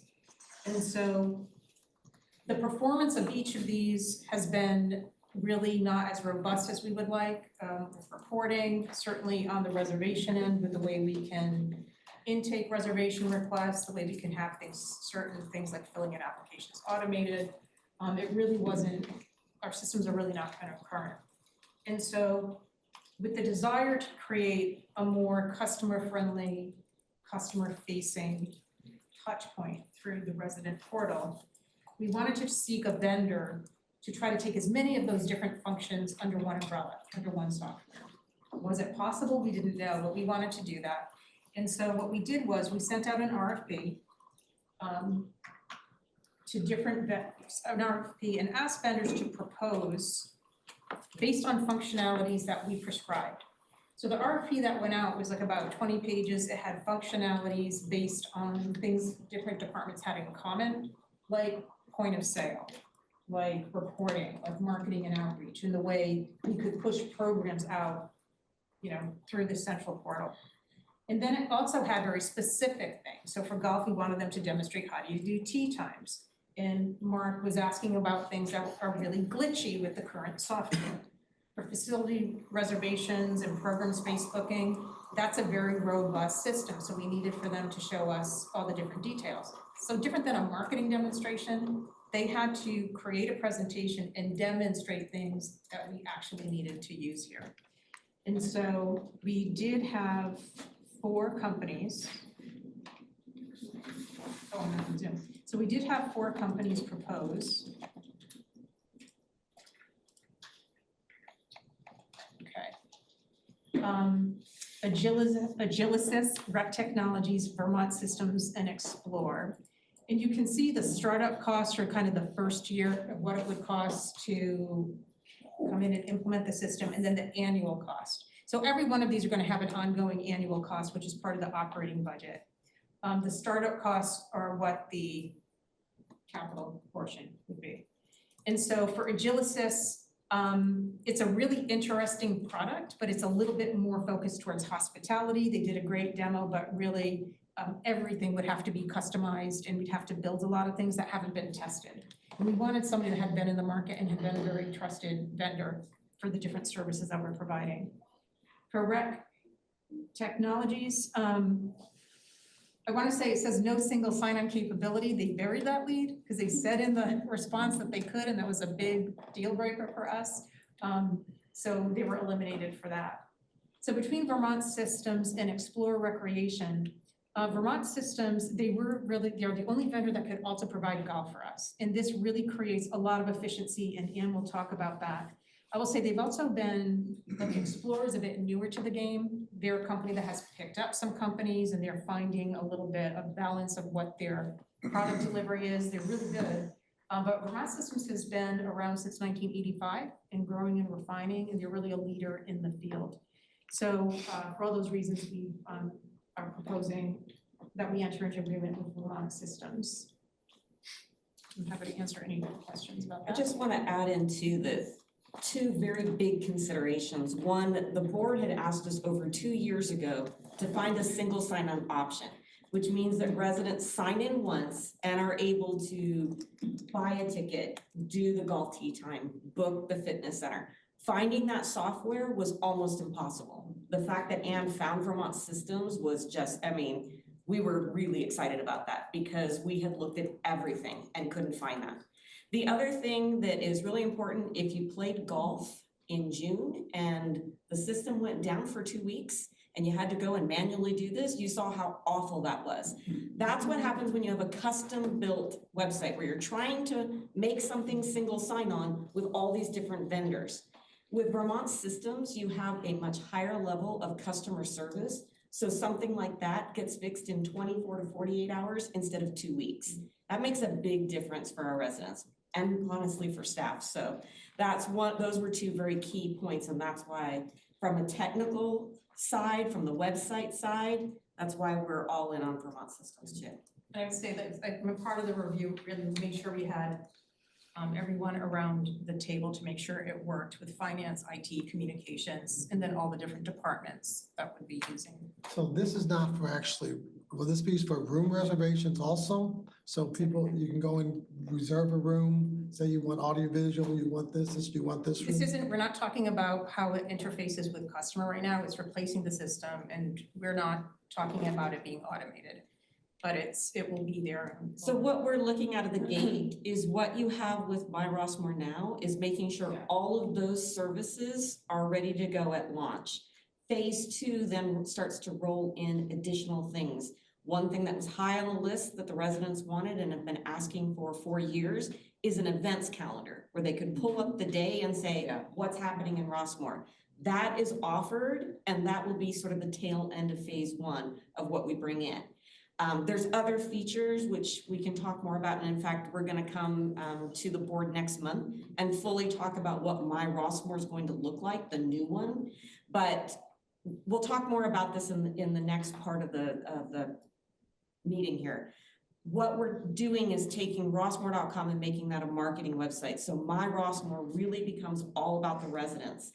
There'll be a front face public page that has all the resident information. You wanna know when the fitness center's open, you can do that on My Rossmore, but it won't be behind a password. What'll be behind the password is Vermont Systems. All the resident services, the actual transaction part, that's what's going to live behind the paywall, behind the password protection.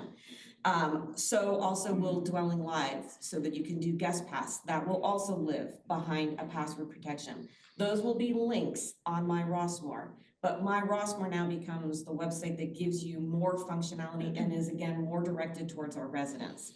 We have different phased approaches. So part of the phased approaches will also include things like a more robust communication system. So mutuals and clubs will be able to use My Rossmore now to manage email lists for their members, to have website, like micro websites for their actual clubs. The big clubs, they have no problem maintaining a website, but the smaller ones like Port Chess and our RV club, they are constantly saying, can you build us a website? It's like, we don't have the staff for that, but this new My Rossmore connected with Vermont, this is what's gonna allow us to do that, is allow us to create these templates so that smaller clubs are able to have that functionality that they haven't had up till now. So it is a phased approach. Not everything's gonna come in phase one, but phase one will have everything that you currently see with My Rossmore, plus a little bit more. And when will phase one be completed? We're looking end of first quarter of 2026. Might even be a little sooner, but we don't wanna promise. Okay, So in this phase two, where you roll in the clubs, are the clubs then gonna be able to have people sign up for their events in that portal? Again, these are things we have to vet out a little bit more. The marketing task force is actually gonna, well, if the board approves it on Thursday, we're gonna ask that they reassemble so that we can walk through all the different things that are available to get a sense from the marketing task force of what, because again, they put all the work into what they thought the website should look like initially.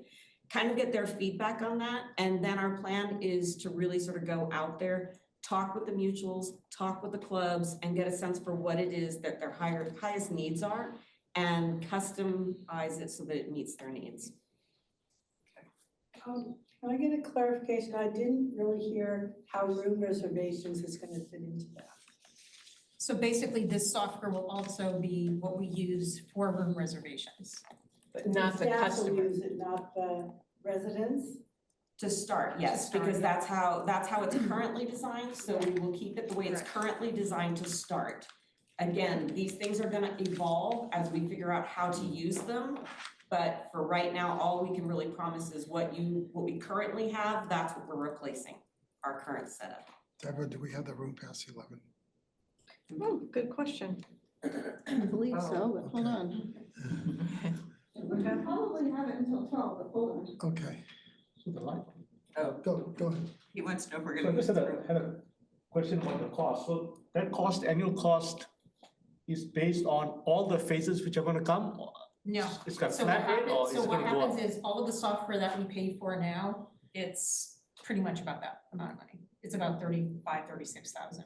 Okay, So what happens is once you have the software, it's cloud-based, but that is your annual subscription. It allows you all the service, the access to the troubleshooting, the tech, it's probably gonna be more on Ann's end, the technical. Yeah, but end, when you factor you in have what to we're do the paying for the individual subscriptions now for each software, it adds up to It's the essentially same. that. And we have two It's no pieces that we were actually able to buy straight up. It won't be an annual subscription, so over the course of the time, once we get out of year one, there will be a little bit of savings that you'll see later on. Any further discussion? No, if not, does anyone want to make a motion? Let me make a motion. I move that the committee recommend to the board that we approve an expenditure of $14,500 from the RWC Capital Fund and $11,630 from the operating fund, and authorize the general manager to execute an agreement with Vermont Systems for resident services and golf software. Is there a second? Second. Cheryl, second. Any further discussion? If not, Deborah, can we have a roll call vote, please? Certainly, Green, Yes. Star, Yes. Castile, Yes. Hines, Yes. Jennings, Yes. Singh, Yes. and Byram. Yes. It's unanimous. Okay, website. Okay, so this is the second piece. Again, what the marketing task force recommended and the board approved was to separate out the website. So rossmore.com will be the marketing side. So you're talking your prospective buyers, their adult children, really trying to bring the folks who don't live in Rossmore into Rossmore. And then transferring everything that you see on rossmore.com right now in the for residents section, that will move to a front-facing My Rossmore.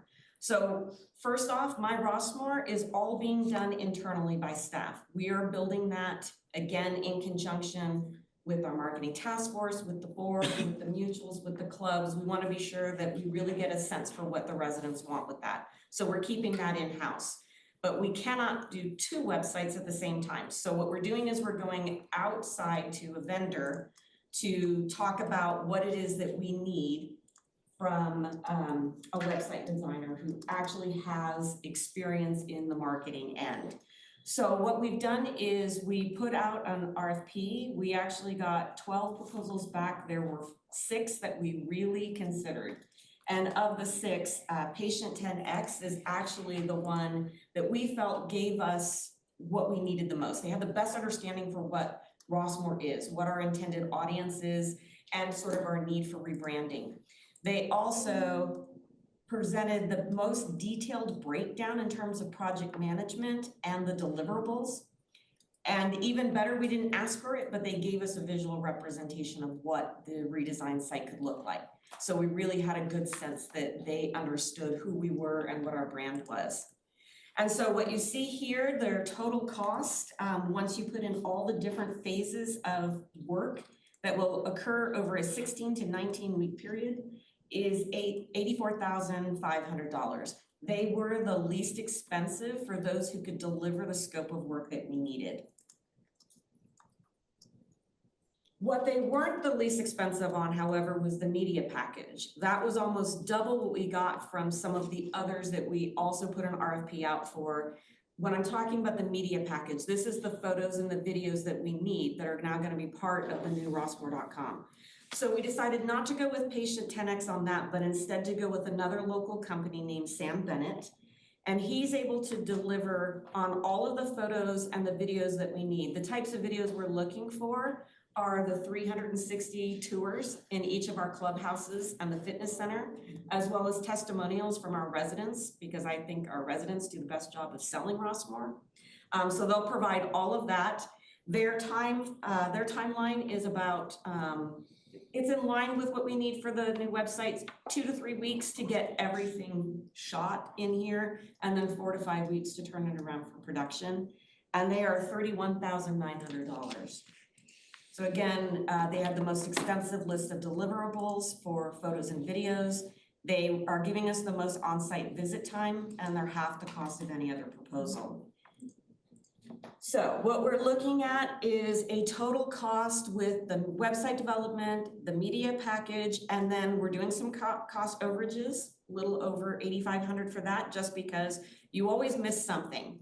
And already I noticed on the list of deliverables, actually I didn't notice, Javier, our content manager for the website, noticed I missed the fitness center for a video.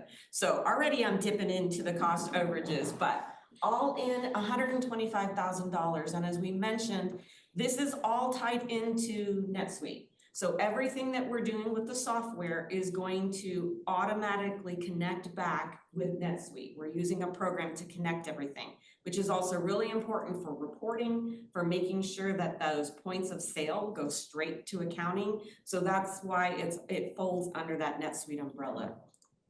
So that's for the website project. And then when you look at how it breaks down for capital, we've got the $125,000 for rossmore.com's development. Vermont from the capital side has the $12,500. Celigo is what we use. It's sort of our bridge to connect everything to NetSuite. So all in for the capital is where the $157,500 comes from. Again, we talked a little bit about this already. You are gonna have some cost savings with 4UP. That's the subscription we use for golf. And you will also have a considerable amount of savings on the annual updates we have to do for My Rossmore. Right now, that goes between $7,000 and $10,000. It's a custom designed website. They are more expensive to keep up to date. The other thing is if you want to add anything new in, like we were talking to them about trying to add in Dwelling Live for the guest passes, $25,000 in capital every time you add a service. That's why we were here, looking for more of an all-in-one solution. So, any questions?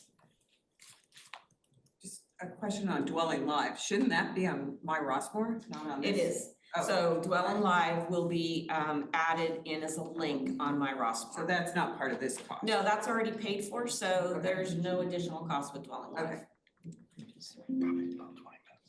And, Go ahead. I have a question. Are we gonna make sure that we put appropriate disclaimers on this website about what Rossmore offers versus what we don't offer? Yes, and that was a big piece. That's another reason for going with Patient 10X. They really seem to understand that the best. There was one part where they didn't quite get it, that this is why we have built in additional consultation time. They had a part where they're like, once you're ready to buy, click here. And it's like, no, once you're ready to buy, go there. We're still gonna funnel them to the real estate agents. But Adrian brought up at the planning committee, which was a really smart thing to talk about. We're gonna generate a lot of leads from this new website, especially because it's designed as a marketing website. So it's really geared towards the folks that are outside. Right now, when we generate those leads, we are passing them on to the realtors who advertise on the Rossmore News, but they're getting those leads for free. Is there a way that we could look at capitalizing and creating more revenue from that side? There probably is. We haven't had that conversation, but we now will. So once we have our new website, we see what the process is for really bringing those leads in. We'll come back first quarter of next year and really start to discuss what's the potential for deriving more revenue from Rossmore.com. That's why I'm also saying in subsequent years, some of what you're seeing cost-wise up here for the annual cost, that's gonna go down because we're gonna have revenue to offset that. When I was looking 4 years ago, I went to a spot called 55 Plus Places. Does this link to that and how that? Yeah, so that's a separate site, but what we would do as part of 55 Places is they always ask for a link to your website. So it automatically right now links to Rossmore.com. When we make the switch over, when they get to Rossmore.com, again, it's gonna be much more about that buyer experience. So what do the homes look like with floor plans? What's the process for buying in here? What's a mutual? We have a whole entire page that's just vocabulary because no one understands what a manor is or a mutual is, all of that kind of stuff.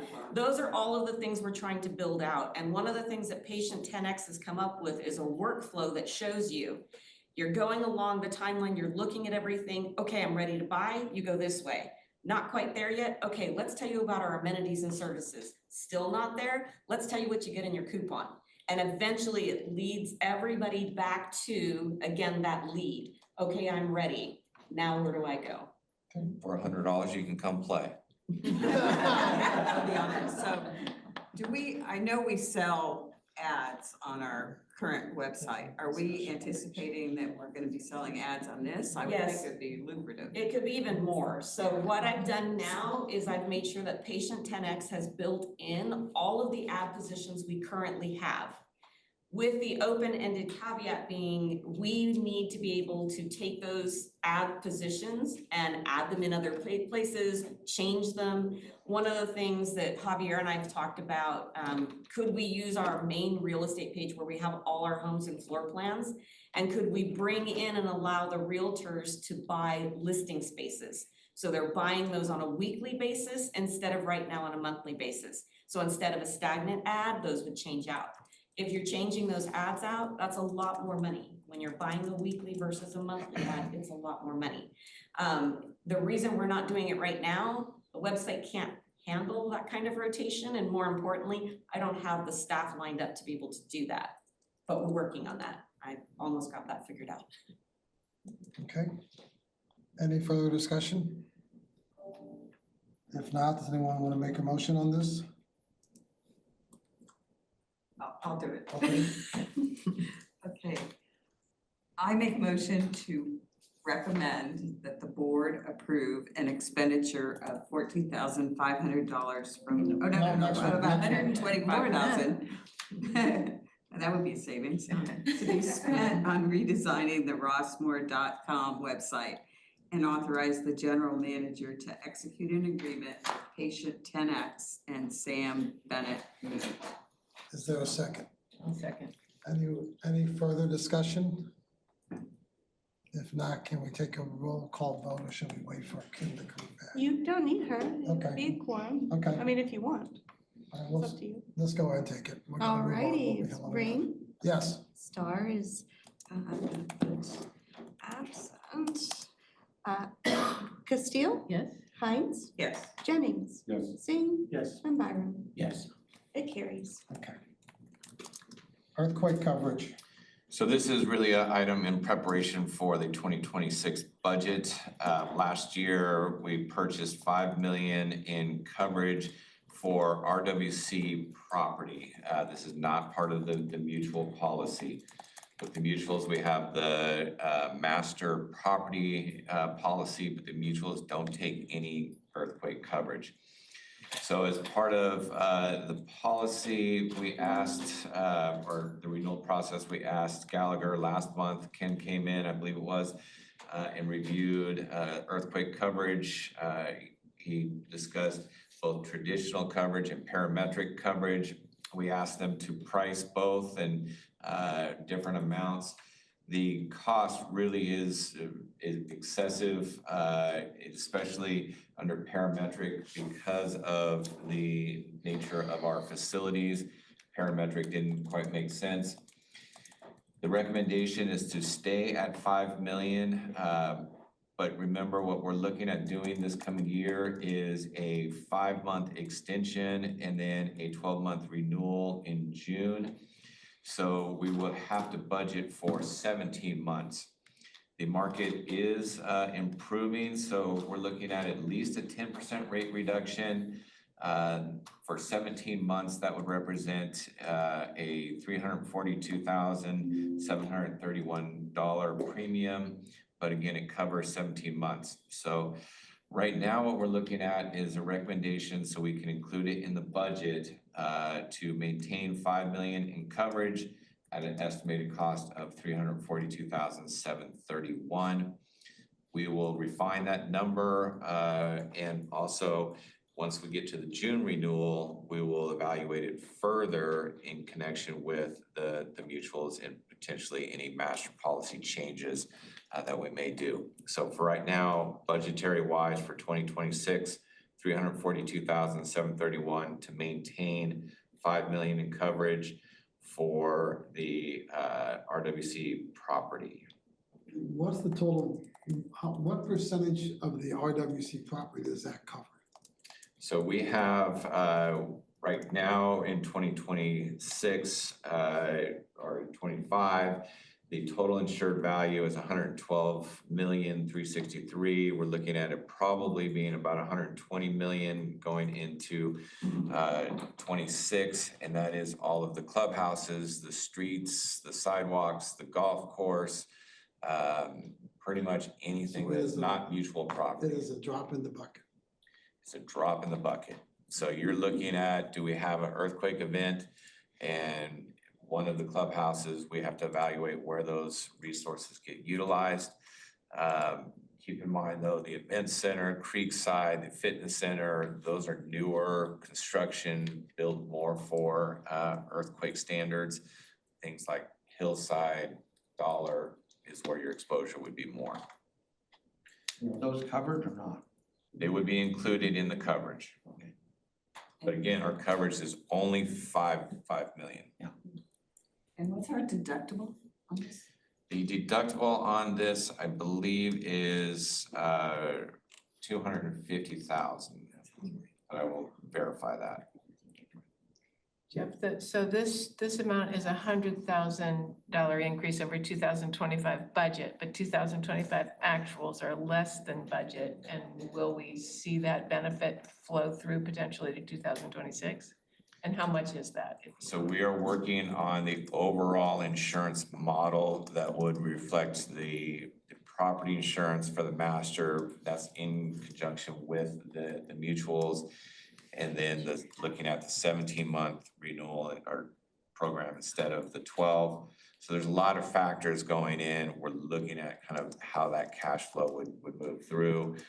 For RWC, a lot of the factor too is the liability insurance, which is increasing more so.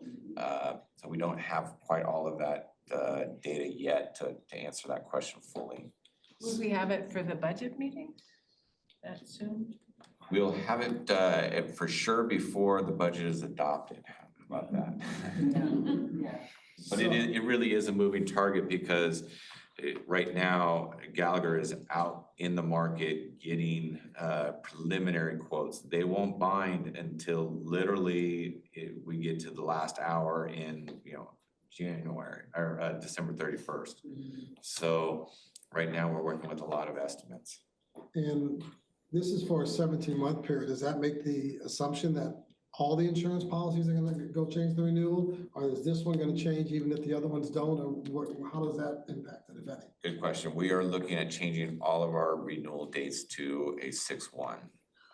And what's the likelihood of that happening? Very good. And this is the time to do it because where we budgeted for 25, the actual rates came in 20% under. And the rates are looking like they're gonna go down another 10% in 26. So keeping our rates flat per the coupon for the budget accomplishes covering basically the extension that we need. So again, we're modeling that right now, but it is a good time to do this move. And do you need this to, why do you need something on the finance committee for the earthquake coverage, but not for the other coverage? Because earthquake only is for the RWC property where the master flows into the overall project. It is kind of one of those elected coverages. We've taken 10 million, we've taken 5 million. We've gone many years with no earthquake coverage. But the other coverages really are kind of ongoing. I mean, we need the liability, we need the auto, we need the workers' comp. And I'm assuming we looked at different limits, 10 million to 20 million to see what those costs were and is there an Really analysis? excessive. Yeah, I mean, just for 5 million, we're looking at 342,000. So that's kind of where we pegged. I do have some other costs, but I don't have them right at my fingertips. So Jeff, as I recall, we're also trying to increase the trench in terms of self-insurance so that the overall costs go down, right? So the more you increase your insurance, the higher, but you have to have those funds readily available. So to commit, right now we have what's called the Alternative Risk Transfer Program. That's a 5 million initial layer, but it still is an insurance coverage. It's not, we don't have 5 million that we're covering. In terms of the earthquake, we don't have we have a 250 deductible. Right. Jeff, just to clarify, that other 5 million doesn't cover earthquake. Correct. That is not part of the earthquake. Right. So I have a question here, and I don't know what, are we approving $342,000 coverage or expense over 17 months? Or are we approving a $342,000 to be paid over 12 months? So it will provide 17 months of coverage, but you pay the premiums at the time of either the extension or the I understand that. What I'm asking is the coupon going to go up by 342,000 or 244? It would only. It's a cash flow issue. It's not a cost. It's not a cost. I mean, what I'm trying to get at is that we certainly have the money, we have the cash, that we don't have to capture that cash out of the coupon. Yeah, the coupon would be 342,000 divided by 17 months, divided by X number of mandates, divided by 17 months. So whatever that is, what right? we're trying to do though is get ahead of these policies rather, and especially with the mutuals. So we are collecting the money and then paying the premiums rather than trying to come up with pay the premiums and then collect the money. So that is a reversal and also a lengthy process. I don't know if you want to talk to that anymore, but. Yeah, I think we all kind of know that then, certainly with the mutuals, I mean, this whole. Can you talk louder? Yeah. Yeah, I'm sorry, this whole exercise on the insurance, right? Everyone who live in a mutual, you know you pay your insurance in arrears, right? When the premiums started going up, we're paying for it up front in January, but you're not collecting it for the next 12 months, right? So you're already cash backwards on the premium. So part of this exercise and this analysis is getting to us to, yes, to Adrian's point, we're looking at 17 months of cash outflow, right, in 2026, right? So to do that, right, how do we do that? Well, we do that by keeping the coupon flat, even though we have savings that are being generated across the mutuals and on JRF side. If we maintain the flat coupon on insurance, you know, the modeling that I'm working on with Zach and Gallagher is to show how do we, and it has to be mutual by mutual, right? And GRF to say, where is the cash coming from to do that?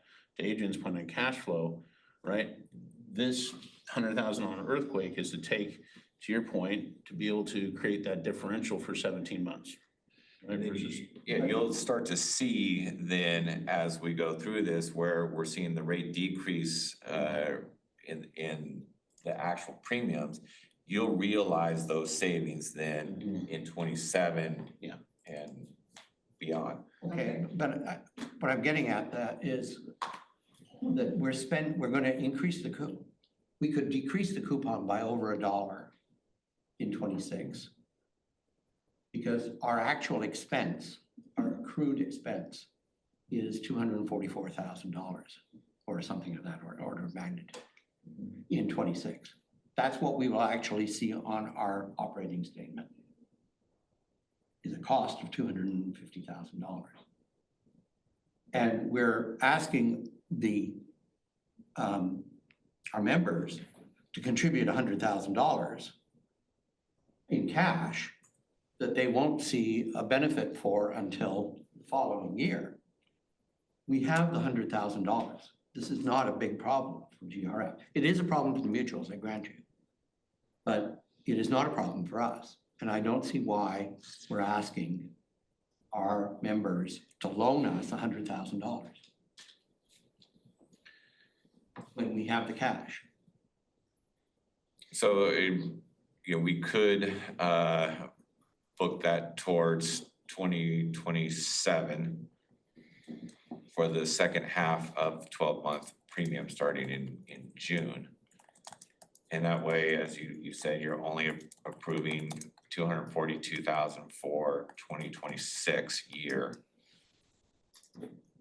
And we would have to. But you have to pay all. But you'd have to pay it all have to up pay it front, all but you would up. use other resources to pay that, and. I mean, we have the cash. You're kind of, it's an accounting. Yeah, it's an accounting, I mean, we've all dealt with cash flow going this way and revenue going that way, right? So, I mean, that's all I'm talking about here, is keeping the revenue flat. And we just deal with the cash flow. So at this point, if the committee is comfortable with saying to keep the earthquake coverage at 5 million going into 2026 extension and renewal, we can then work out the scenario as you're describing for the premium. And kind of bring back the detail of how that could be accomplished. Okay. Okay, so you're just asking for us to approve the 5 million limit? Retain 5 million as the coverage limits for earthquake and budget accordingly. Okay, thank you. Okay, does someone want to make that motion? Yeah, I'll move. The committee recommends to the RWC board that we retain the $5 million earthquake coverage for 2026. Is there a second? Second. Any further discussion?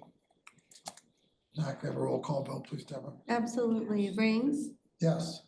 Star, do you feel comfortable I'm voting? gonna abstain since I missed the Abstain. conversation. That's safe. Castillo, Yes. Hines, Yes. Jennings, Yes. Singh, Yes. and Byram. Yes. It carries. Okay. Before we get into H, which is a big item, there are certain things we have to talk about today, other things we can push down the road a little bit on H. The biggest, there's two components of H, and Jeff, you can correct me where I go wrong in this. One is to move the annual RWC facility and property maintenance budget from the operating fund to the RWC capital fund. That's a decision we kind of need to make today if we want it to be effective on next year's budget. If we don't want to make it today and push it down another year, or later, we can, but if we want it to be effective next year's budget, it needs to be done today. The same with the FUF fee as a portion of that, because it takes, we're gonna do budgets meetings in a couple weeks. The amount of the transfer fee, which Jeff's gonna have a number up there, there's a little more time friendliness on that. We can maybe a little bit more time, but to make it effective January 1st, we need to give the realtors at least a 3 months notice, which means that we could probably push it down one more meeting to next month. But there's two components we need to deal with.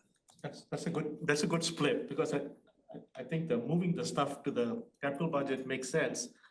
But it's a larger discussion about changing the MTFE and how much that should be. Yeah. I would agree with that. I had a similar reaction it's hard to get my mind around both of them at the same time, and I think they're slightly different issues. So I would. Okay, well, let's start. Let's try and see if we can get through the maintenance portion, and he's got some. All right. All right. So this is a fairly hefty item with several moving parts, but hopefully we can kind of lay out the reasoning for the various adjustments throughout the program, and then I'll try and relate it also back to the facility usage fee discussion, because remember we have to get back to that recommendation. So it's consider a recommendation to move the annual RWC facility and property maintenance budget from the operating fund to the capital fund. So we'll talk about that. Along with the current balance of the trust maintenance expense operating fund. So I'll demonstrate what that is. And then consider increasing the membership transfer fee to $18,000 beginning in 2026. And there's one other action that would also be required, and that would be to amend policy 102.3, which is also in your packet.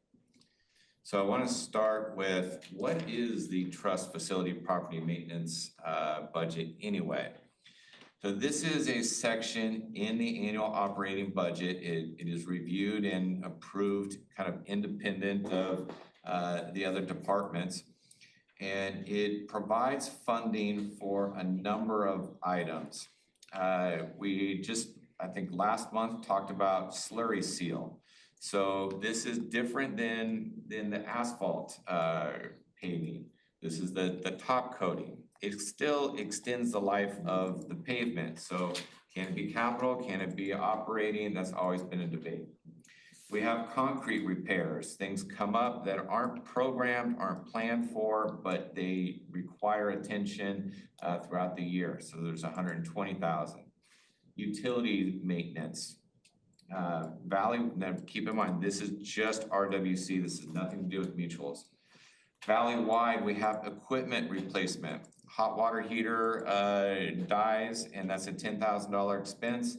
It may come out of here as equipment replacement, although it could qualify as a capital item. Annually, we do painting and staining throughout the clubhouses, a lot of the wood for the clubhouses and so forth. We have furniture replacement, we do some grout maintenance. Annually, we do open space tree maintenance. We do defensible fire abatement. All of these items come out of here on an annual basis. In 2025, it totaled $802,000. Now, a while back, there was consideration of how do we maintain the budget for this fairly flat? Because as you can imagine, projects within here, may vary year to year.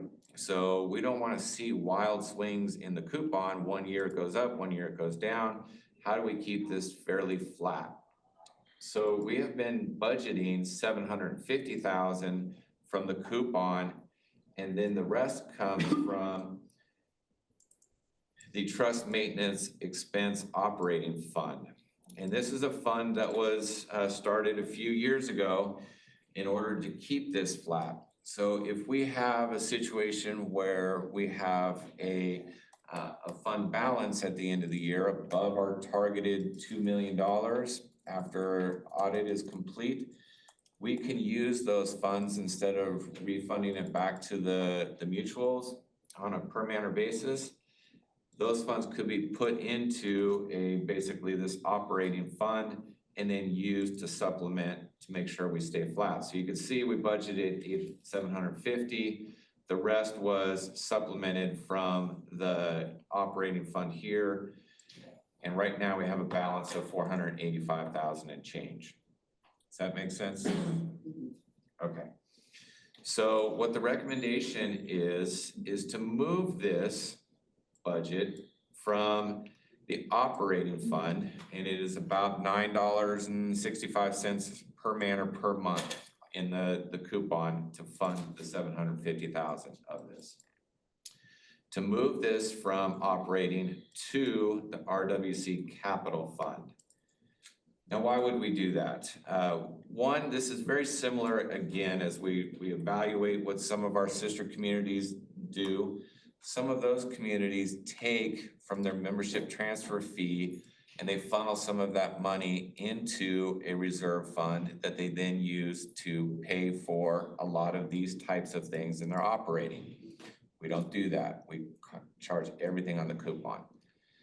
Instead of supplementing our operating with membership transfer fee though, this is taking everything from the operating and moving it into our capital fund and basically paying for it through the membership transfer fee. So you're saving about $10 per manner per month, but you're increasing the cost in your capital, right?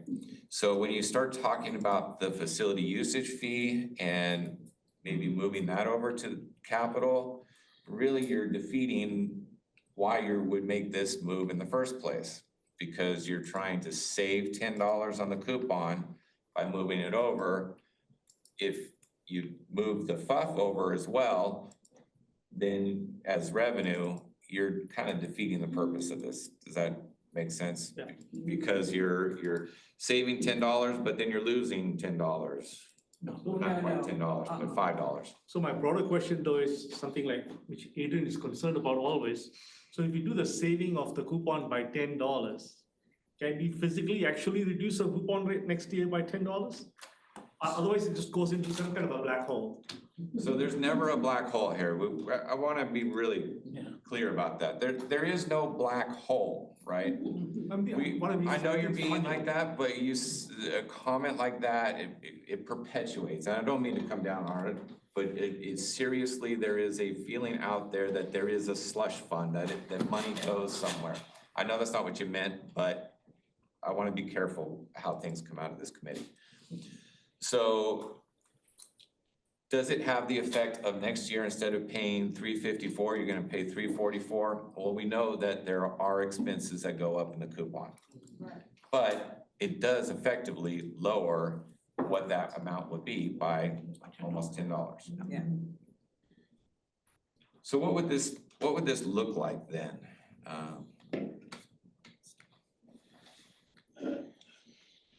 So this is also in your packet. And you looked at this earlier in terms of the pickleball project. And this is again, the cash flow model. So it has some things highlighted that we just talked about in terms of the pickleball to demonstrate we could afford that. Where it changes though is down here under the membership transfer fee, it would be going from $13,500 to $18,000.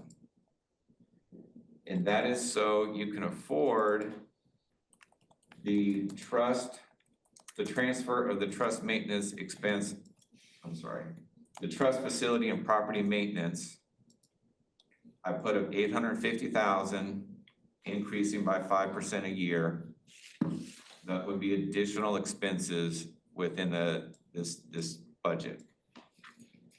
I also added the transfer of the trust maintenance operating fund of 485,000. So that would be a one-time show up as revenue within the operating fund. But you could, if you did have ongoing surplus within, you could continue that on an annual basis, depending on how the board and committee wanted to treat that surplus. So if you raise this fee to 18,000, you see that we maintain the ending fund balance easily, but we also start to increase our overall available cash balance. So you could start to look at, as you approach 29, 30, some of those other significant capital projects that are in the facilities master plan, such as Hillside, Dollar Clubhouse, just to name two really big ones that are, $8 to $10 million, $6 million. You start to look at those types of projects. If you only raise this by, the amount that you need to absorb the 850,000, you're going to still be in a position where next year or the year after, should we increase this because we want to do what's in the facilities master plan, those significant projects. So then the question becomes, well, where is the breaking point for the membership transfer fee? Is 18,000 too much? Is it going to affect sales? Is it going to impact the folks that come in? So I did ask two of the kind of leaders in the realty world, for Rossmore Realty and for the marketing, the other kind of collective. And the membership transfer fee is not really something that a new buyer gets too hung up on. It's kind of part of the closing costs. You can finance it over 7 years if you need to, if you can't get a mortgage, which most can't. You can still finance it for 7 years, but it's kind of part of the overall purchase. The factors that people seem to be more concerned with is the increasing cost of the coupon. So when you're really looking at, can I afford to move in here? Should I afford? Is what is happening with the assessments, with the coupon? This proposal helps with that a little bit. The other factor is, and we went through it with the marketing task force, and it's kind of something we tout all the time, is Rossmore has to maintain and be a vibrant, fresh community with modern, current amenities. You just approved the pickleball project. That's part of that.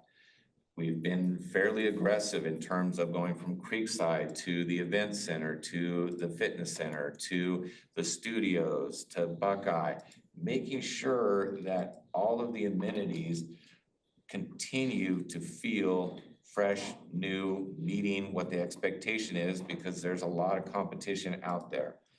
This move starts to provide the resources to be able to assure that we can do that with some of our older facilities like Hillside, like Dollar. In looking at this model, it also still prepares for your major capital and rehab projects that we have ongoing, for other kind of major programs. So it's funding things, but what it's missing is those major projects that is in the facilities master plan. Any questions as we're kind of going along? I think you told me that day, but this has been discussed with legal, with the auditors. It's all been approved. I mean, they've all say it's based on the trust agreement. This can be done, this should be done, this must be done. They never say it should or must, but we did want to confirm that this would be in compliance with the governing docs for Golden Rain Foundation, now RWC, and the trust agreement. So we did verify that with our legal counsel who reviewed that. And we also have kind of verification because other communities that are built on the same foundation do that same thing. We also wanted to confirm with our audit folks that use of the trust estate fund, which is now the RWC Capital Fund, could be used to fund these types of projects. And they also confirmed that that would be a good treatment for that budget. My understanding is that we actually used to operate this way, and then we changed some 10 years ago or something like that, to having it in the operating budget. Do you know about that? So there has been lots of back and forth over time with a number of items. So for example, paving used to be in operating, then it was moved to capital, then we split out slurry seal. How we treat when you have a number of items such as chairs, where individually they're $400, but collectively they're $80,000. So if you look at policy 102.3 up on the board there, the board at this time kind of came up with, how do we treat trust revenues and how do we treat operating expenses? So this would have to be reviewed and amended as part of this process. But you can see this was initiated in 2011 and then revisited in 14, revisited in 18. So there has been a history of some back and forth over this. To the degree that we're recommending today where that trust facility property maintenance gets moved over, that's more significant than what's been done in the past. Another question is, it sounds like this is to me kind of a way just to get the MTF from 13.5 to 18. Can we just raise it to 15 and leave things the way they are? Or why do we have to do both things? So in the report, what I put is just 4 examples of significant items that are in the facilities master plan. And these are not exhaustive. If you go back to the plan, you'll recall that there was a significant list of major capital projects that were either put into the as funds are available or a future kind of perspective. So for example, renovation of Stanley Dollar House, $7 to $8 million. That's a significant project. If you replace the 1960s Hillside Clubhouse, $10 to $12 million. We talked about an amphitheater in that project. We looked at Hillside Locker Room renovation. These are just a few. This clubhouse here, there's things. To accomplish those, we need to start building those funds. So in 2029, 2030, we have the ability to You can do that just by leaving the repairs where they are and raise the fee from 13.5 to 15 or 16,000 and not go up to 18. What difference does it make which way you go? I guess that for me, why leave money on the table? Okay, I have a Because question. you're paying all you're still taking, if you leave it at 15, you're taking the 3,000 and paying the monthly But what's the difference expenses. between 15 and 17? Are you worried that 2,000. people? At some Oh, I point. know that. No, you gotta pay, but the difference is the 2,000 pays the maintenance. I have a question. Why did this come up now? We're supposed to get our budget binders next week. And then we go into budget hearings. And so to me, this felt like I'm a little jammed and there are maybe some middle ground in all this. And I think certainly some reason to take a little pause and study it a little bit more. I totally appreciate how come this is almost feels like last minute. And there has been a lot going on this year. And this is coming to you, at the 11th hour. But it is also a very viable way to look at keeping the coupon, the RWC portion of the coupon as much as possible in check going into 2026. It is a way of looking at how can we afford future capital items. I'm gonna kind of echo what Todd just said. If you're looking at 14,000 to 18,000 and you're making the decision to move into Rossmore and you're looking at, does it have modern, well-kept amenities? Is it a vibrant community? Those factors are gonna be more important than thinking about, is that extra 4,000 a deterrent for me moving in? Yeah, but the question is though, if we were to, I mean, let's say we can raise it for $4,000, okay? But why waste 2,000 of that on, when you could take it out of the coupon as we are now? You could have $4,000 extra to add amenities. So I guess I'm trying to really, I'm trying to meet that concern. And if you kind of look at the new buyer's concern of maintaining the rapid increase of the coupon, yes, $10 per man or per month doesn't sound like a whole lot. But when that coupon goes up and then you add the mutual portion, which could be significantly more, we're trying to look at ways of keeping the coupon in check. So you're balancing what is the cost of the coupon with what is that initial buy-in, and which is a bigger kind of deterrent. Where does that fall? And I also just want to say one thing really quick too. What is a proper accounting treatment? If you take all the noise out, we like a lot of the noise in the weeds. If you owned a trust, and your trust had assets, right? How would you fund that? You would still pay for the slurry seal, so if you think about the trust's purpose is to protect the assets that it has, right? That includes capital expenditures and would include some of the things that are on here, like slurry seal and roads and stuff. Well, Why would you shift it from a different source? So Yeah, but you can take that argument to an illogical conclusion, and then you shift the golf course and everything else. And I mean, you've gotta have some measure, and people that are using assets need to pay for them, in my opinion. So a couple of things going on, some are much broader strategic issues. I generally support this idea of moving these items to the capital budget because they're capital-like items. Yes. I think the broader questions you're raising, Jeff, about the fact that there's a large amount of capital expenditures coming up in the future, and we don't have a way to finance them because the only hammer we have is the MTFE, and you always find the nail, raising it up again and again. There will be a breaking point, and the breaking point might come very soon if there's a real estate recession going on next year or something. So I think the broader strategic point, which I'm more concerned about, is that we have to find alternative sources of revenue besides MTF.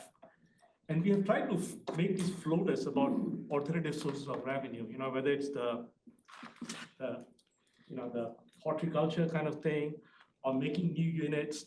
There have been half-hearted attempts. I mean, there's been no education about how that kind of expansion would actually reduce average cost for every resident and actually make their coupon payments go down in the long run in many different ways, right? Because of additional MTFE, because of additional reduction of average cost. So I think that's a larger question in terms of how we fund the long-term capital needs based on our revenue projections, which are besides the MTFE. I think that's the kind of strategic thing we have to talk about and should actually have a full discussion on, because that changes the whole constraints in the long run. So I think that's the thing which we should postpone, because whether it should increase from up to 15 or 16 or 17 or 18, I don't know what the magic number is, because at some point it'll break the bank. So I would generally agree with you, and there definitely is, we can't charge $50,000, right? But I think we are well below what the breaking point is. What is the market? other places? Like what is Laguna Woods buy-in? What is? So we are significantly higher, but we're also in a much different marketplace. I'd like to see what what is the fee as a percentage of the average selling price or average Of the cost, house. average house. I know, because their manners are much cheaper also, so they may be as a You have percentage. to kind of compare a lot of different things. What are we competing with in this market compared to what are they? So, but in terms of other revenue opportunities, can we floated the idea of kind of even doing a land study, and I'm still bleeding over that. But there are very few that are not one-time revenue sources that you can get a infusion of. Maybe if you have more units, you spread the cost, you have more MTF options. But all of those things still, what we're talking about in 18,000 is, you could see the numbers increase what you're paying for. It's not, you're still gonna have need for additional resources and opportunities. This takes you to a next level, really, where we're meeting kind of the marketing goals, we're meeting the expectations of residents here for amenities. We're also addressing a little bit of the coupon increase. Can you keep things in the coupon? Absolutely. It's just kind of a choice of do you want to pay for it when you move in as part of your closing costs, more or less? Do you want to pay for it ongoing monthly?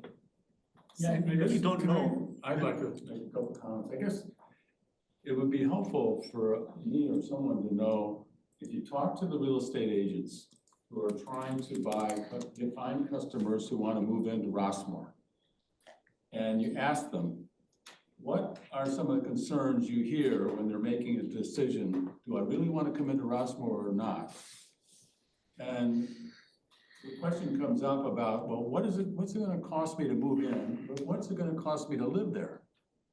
And I really think that when you get your coupons going up as fast as they are as a monthly cost, that's probably going to have more concern to people trying to come in here than I think paying a one-time upfront. And then you pay it once and you could live here for 20 years, 30 years. You don't have to worry about that anymore in your whole life. But these monthly charges and the cost of inflation with tariffs and everything else going on, I really think that more people are concerned about, like me, I came in 4 years ago, it was $1,000, now it's $1,400, $1,500. I'm saying, what's going on? How can it go up like that? So I really believe we should try to keep the coupon as measurable as you can. And I think you can get over the hump of just saying it's a one-time cost and maybe it adds 4,000, but if you're spending 800,000 on a house, you know, the extra 4,000 and you pay your real estate agent, it's all buried in there. So I support trying to think about how do you keep our monthly costs from going up too fast, because that's gonna hurt us more for people looking in here than I think a one-time cost up front. What you just articulated there was pretty much word for word the response I got from the realtors when I talked to them about that. They know what they're dealing with, and I want people to be able to move in. Yeah, And we're seeing, just a minute, we're seeing the number of resales slightly slow down. It's not staying level, it's not going up, we're seeing resales go down, we're losing money. Well, And so we need to be able to, and I think if the real estate people say, the reason people are hesitant is they see what the monthly costs are, and that's where they see that's the problem. I think we ought to listen to them. Yeah, but I've talked to a couple of realtors too. One of them agrees with you entirely. The other one said no. Other one said that is an important cost. And so it depends on which realtors you talk to. You're gonna get different answers if you talk to different people. So I have talked to realtors and they give different answers, depend on if you're buying a smaller unit or if you're buying a $4 million unit, whatever the high end is, right. You know, so different. When you're buying a 1 bedroom, 1 bath, yeah, that makes a difference. We have a lot of units that are, you know, the co-ops and all the rest of those, which are lower priced. And that we get a transfer fee when they move in, but but they see what it costs every month and they're saying, well, I can't do it. But we also still, as we talked about in the marketing task force as well, and we're looking at, the whole debate of, is Ross more affordable? Is it more active, premier? And as that coupon continues to go up, we can't be both, right? We cannot be affordable plus have all of that. So we are looking for, a new member that can come in and afford not only, the additional 4,000 that we're talking about, but whatever the coupon ends up being, so it's not a constant struggle. So I have a couple things. So I did some quick math. To move the trust facility over is $2,100 a month. Or it would be $2,100 that we would add to the 13,500 in order to get that MTF. That's how much it would need to go up to cover that, which leaves another 2,400 basically to be adding into what we do for capital projects on the long term. So theoretically, in my mind, this trust facilities stuff, when you put your list up, it wasn't things like the golf course. It wasn't the amenities that people get to add on to where, we were kind of talking like the slippery slope. It was maintaining roads. It was doing that kind of stuff. I look at those things as very different than, other things where people are using, I know we all use the roads, but that's a very different thing in my mind than an amenity that pulls people in. So I think moving the stuff from the trust facility based on the detail, the concrete repairs, utility maintenance, painting, that sort of stuff makes sense, that it should be paid for by the trust. All of those things. It's not like you're pulling in other things that are more usage based. And it's protecting your assets, like. It is protecting the asset. So I very much support moving the trust facility thing over. And then it's a separate question of how much do we need for new projects in the future and what does the market bear So in can terms we of have, sorry, can we have a vote, because I gotta go in about a few minutes. Can we have a vote on moving? That's a split decision. Let's have a vote on the moving of these items like Kim is suggesting. Well, if there's any more discussion, can we take a straw vote? Absolutely. I guess we need two straw votes, one on moving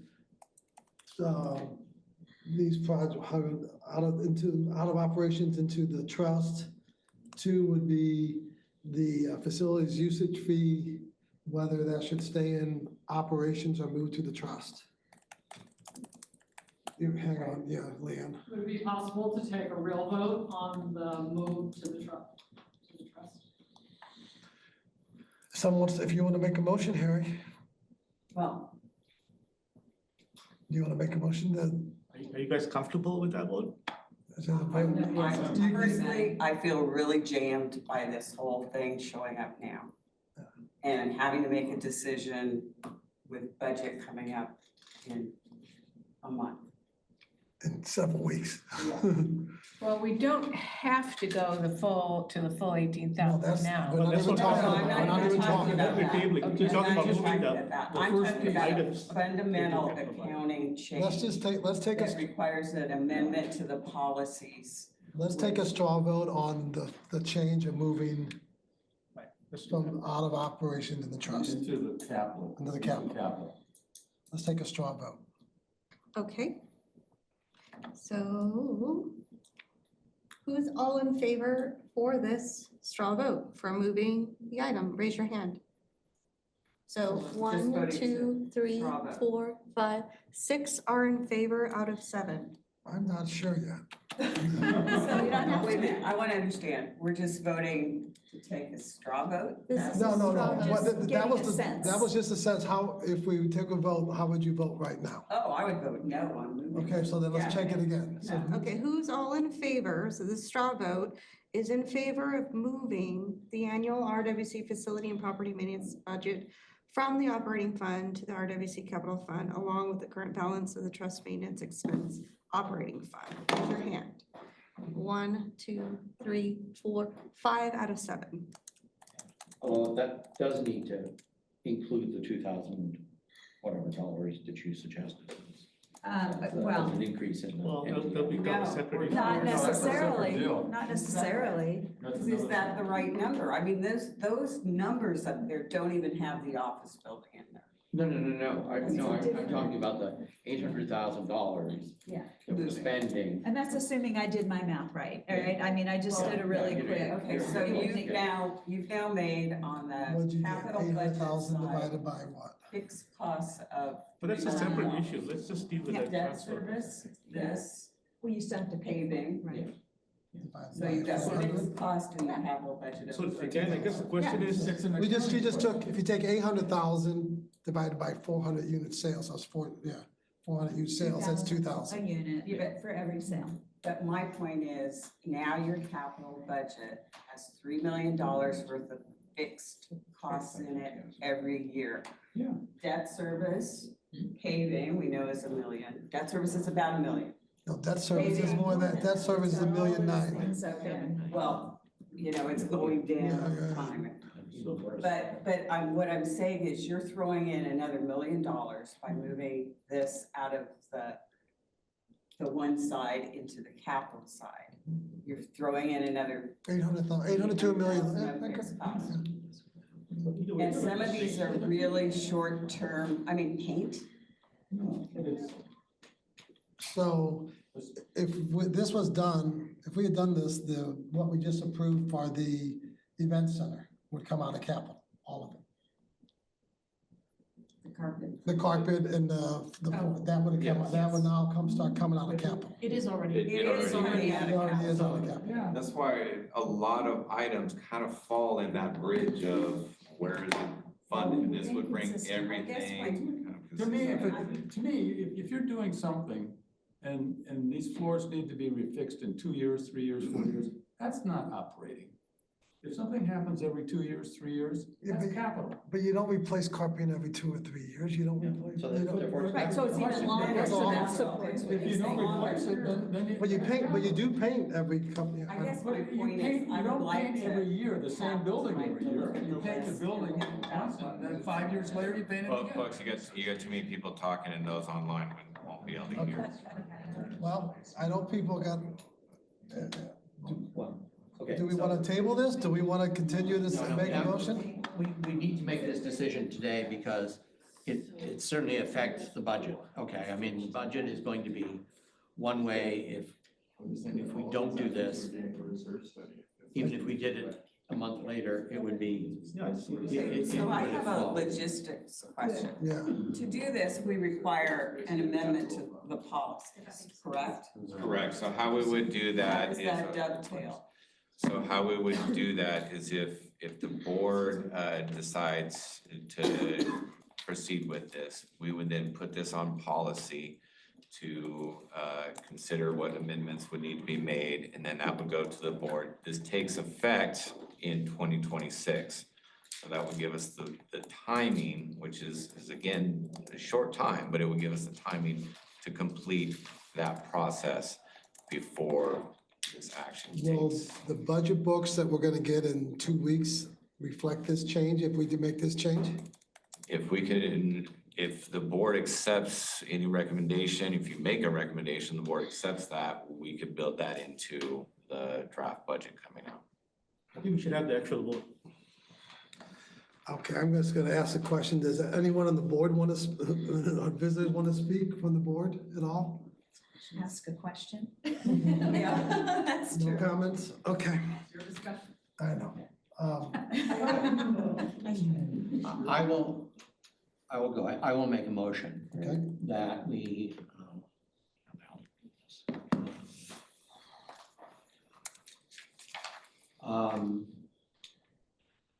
I'll make a motion that the Finance Committee recommend to the board that we move the annual RWC facility and property maintenance budget from the operating fund to the RWC capital fund, along with the current balance of the trust maintenance operating fund, and that we increase the MTF to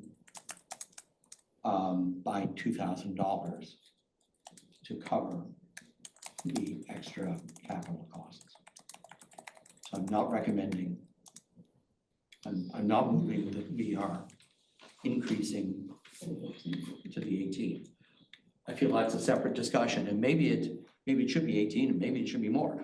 I agree 100% about maintaining properties, but that's, like I say, that's sort of. Do you want to Is there a second? bring in the FUF fees on that too, or not?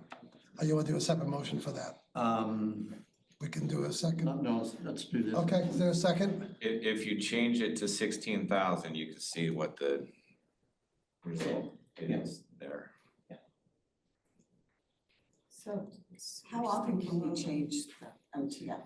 I mean, if we do this now, We could change it every month. we can do it whenever we want, so we can study that. But you gotta give, it doesn't go effective for several months because you got all the sales that are pending. You gotta let them close at the current rate. Yeah, Okay. but other than that, I mean, we could do it as. Is there a second to the motion? Second. Any further discussion? If not, roll call vote. Rain, No. one moment. Star, Yes. Castillo, Yes. Hines, No. Jennings, Yes. Singh, Yes. Byron. Since I made the motion. The motion carries. Okay. We still need to resolve FUP. Okay, so the next, so that question about that is, should FUP be here or there? Okay.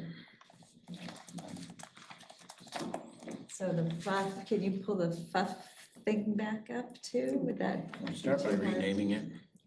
If you were gonna add a letter and change one. I think it should be amenity fee. Facilities, it's really complicated. It's the use of the facilities and the use of the amenities and services. I think that's where the. An amenity fee. Let's not start that discussion right now. That's on. Change it. Well, it goes along with why it should be an operating. Take the word facilities out of it. Yeah. So it's all the same conversation, in my opinion. Okay. All right. So here's the facilities usage fee. Again, if you move this over, you're kind of defeating what you just did in terms of saving on the coupon. But this is the formula that we're recommending is you go with the monthly coupon minus Comcast divided by 2, and that equals your facility usage, whatever we call it. And it would be approximately $145 per lessee per month, And that would be adjusted annually. adjusted annually based on the coupon minus capital. So the wordsmith at the table, if I could just point out one thing. Usage means amenity programs and services, which is in operating. Facility is in capital, but Todd's right. This is really about their being able to use the amenities, the programs, and the services. So if you go capital, you really should take usage out. And if you go the other way, you really should take facility out. And that's a conversation for another day, but in terms of your vote, it's really how you're viewing that. That it's the facility or it's the use of the amenities, programs, and services that are in the facility. Could we change the name of that to amenity usage fee? How about just facilities fee? Facility means it's capital. Usage fee. Usage means it's operation. Sorry, If you Jeff. put the facility, it means it's capital. If you say it's used, Right, move it into the capital. no, we're not. No, we're trying to say. He's recommending we leave it as I operating. screwed things up. Folks, the people online cannot hear if everybody's talking, so. We can't hear either, that's good. I Okay. thought he's trying to move it No, into. no, he's recommending that we stay in operations. Yes. And we So then we don't changed, need a vote, right? No, we still have to, because it's going from Well, we 100, have to- it's going up to $145.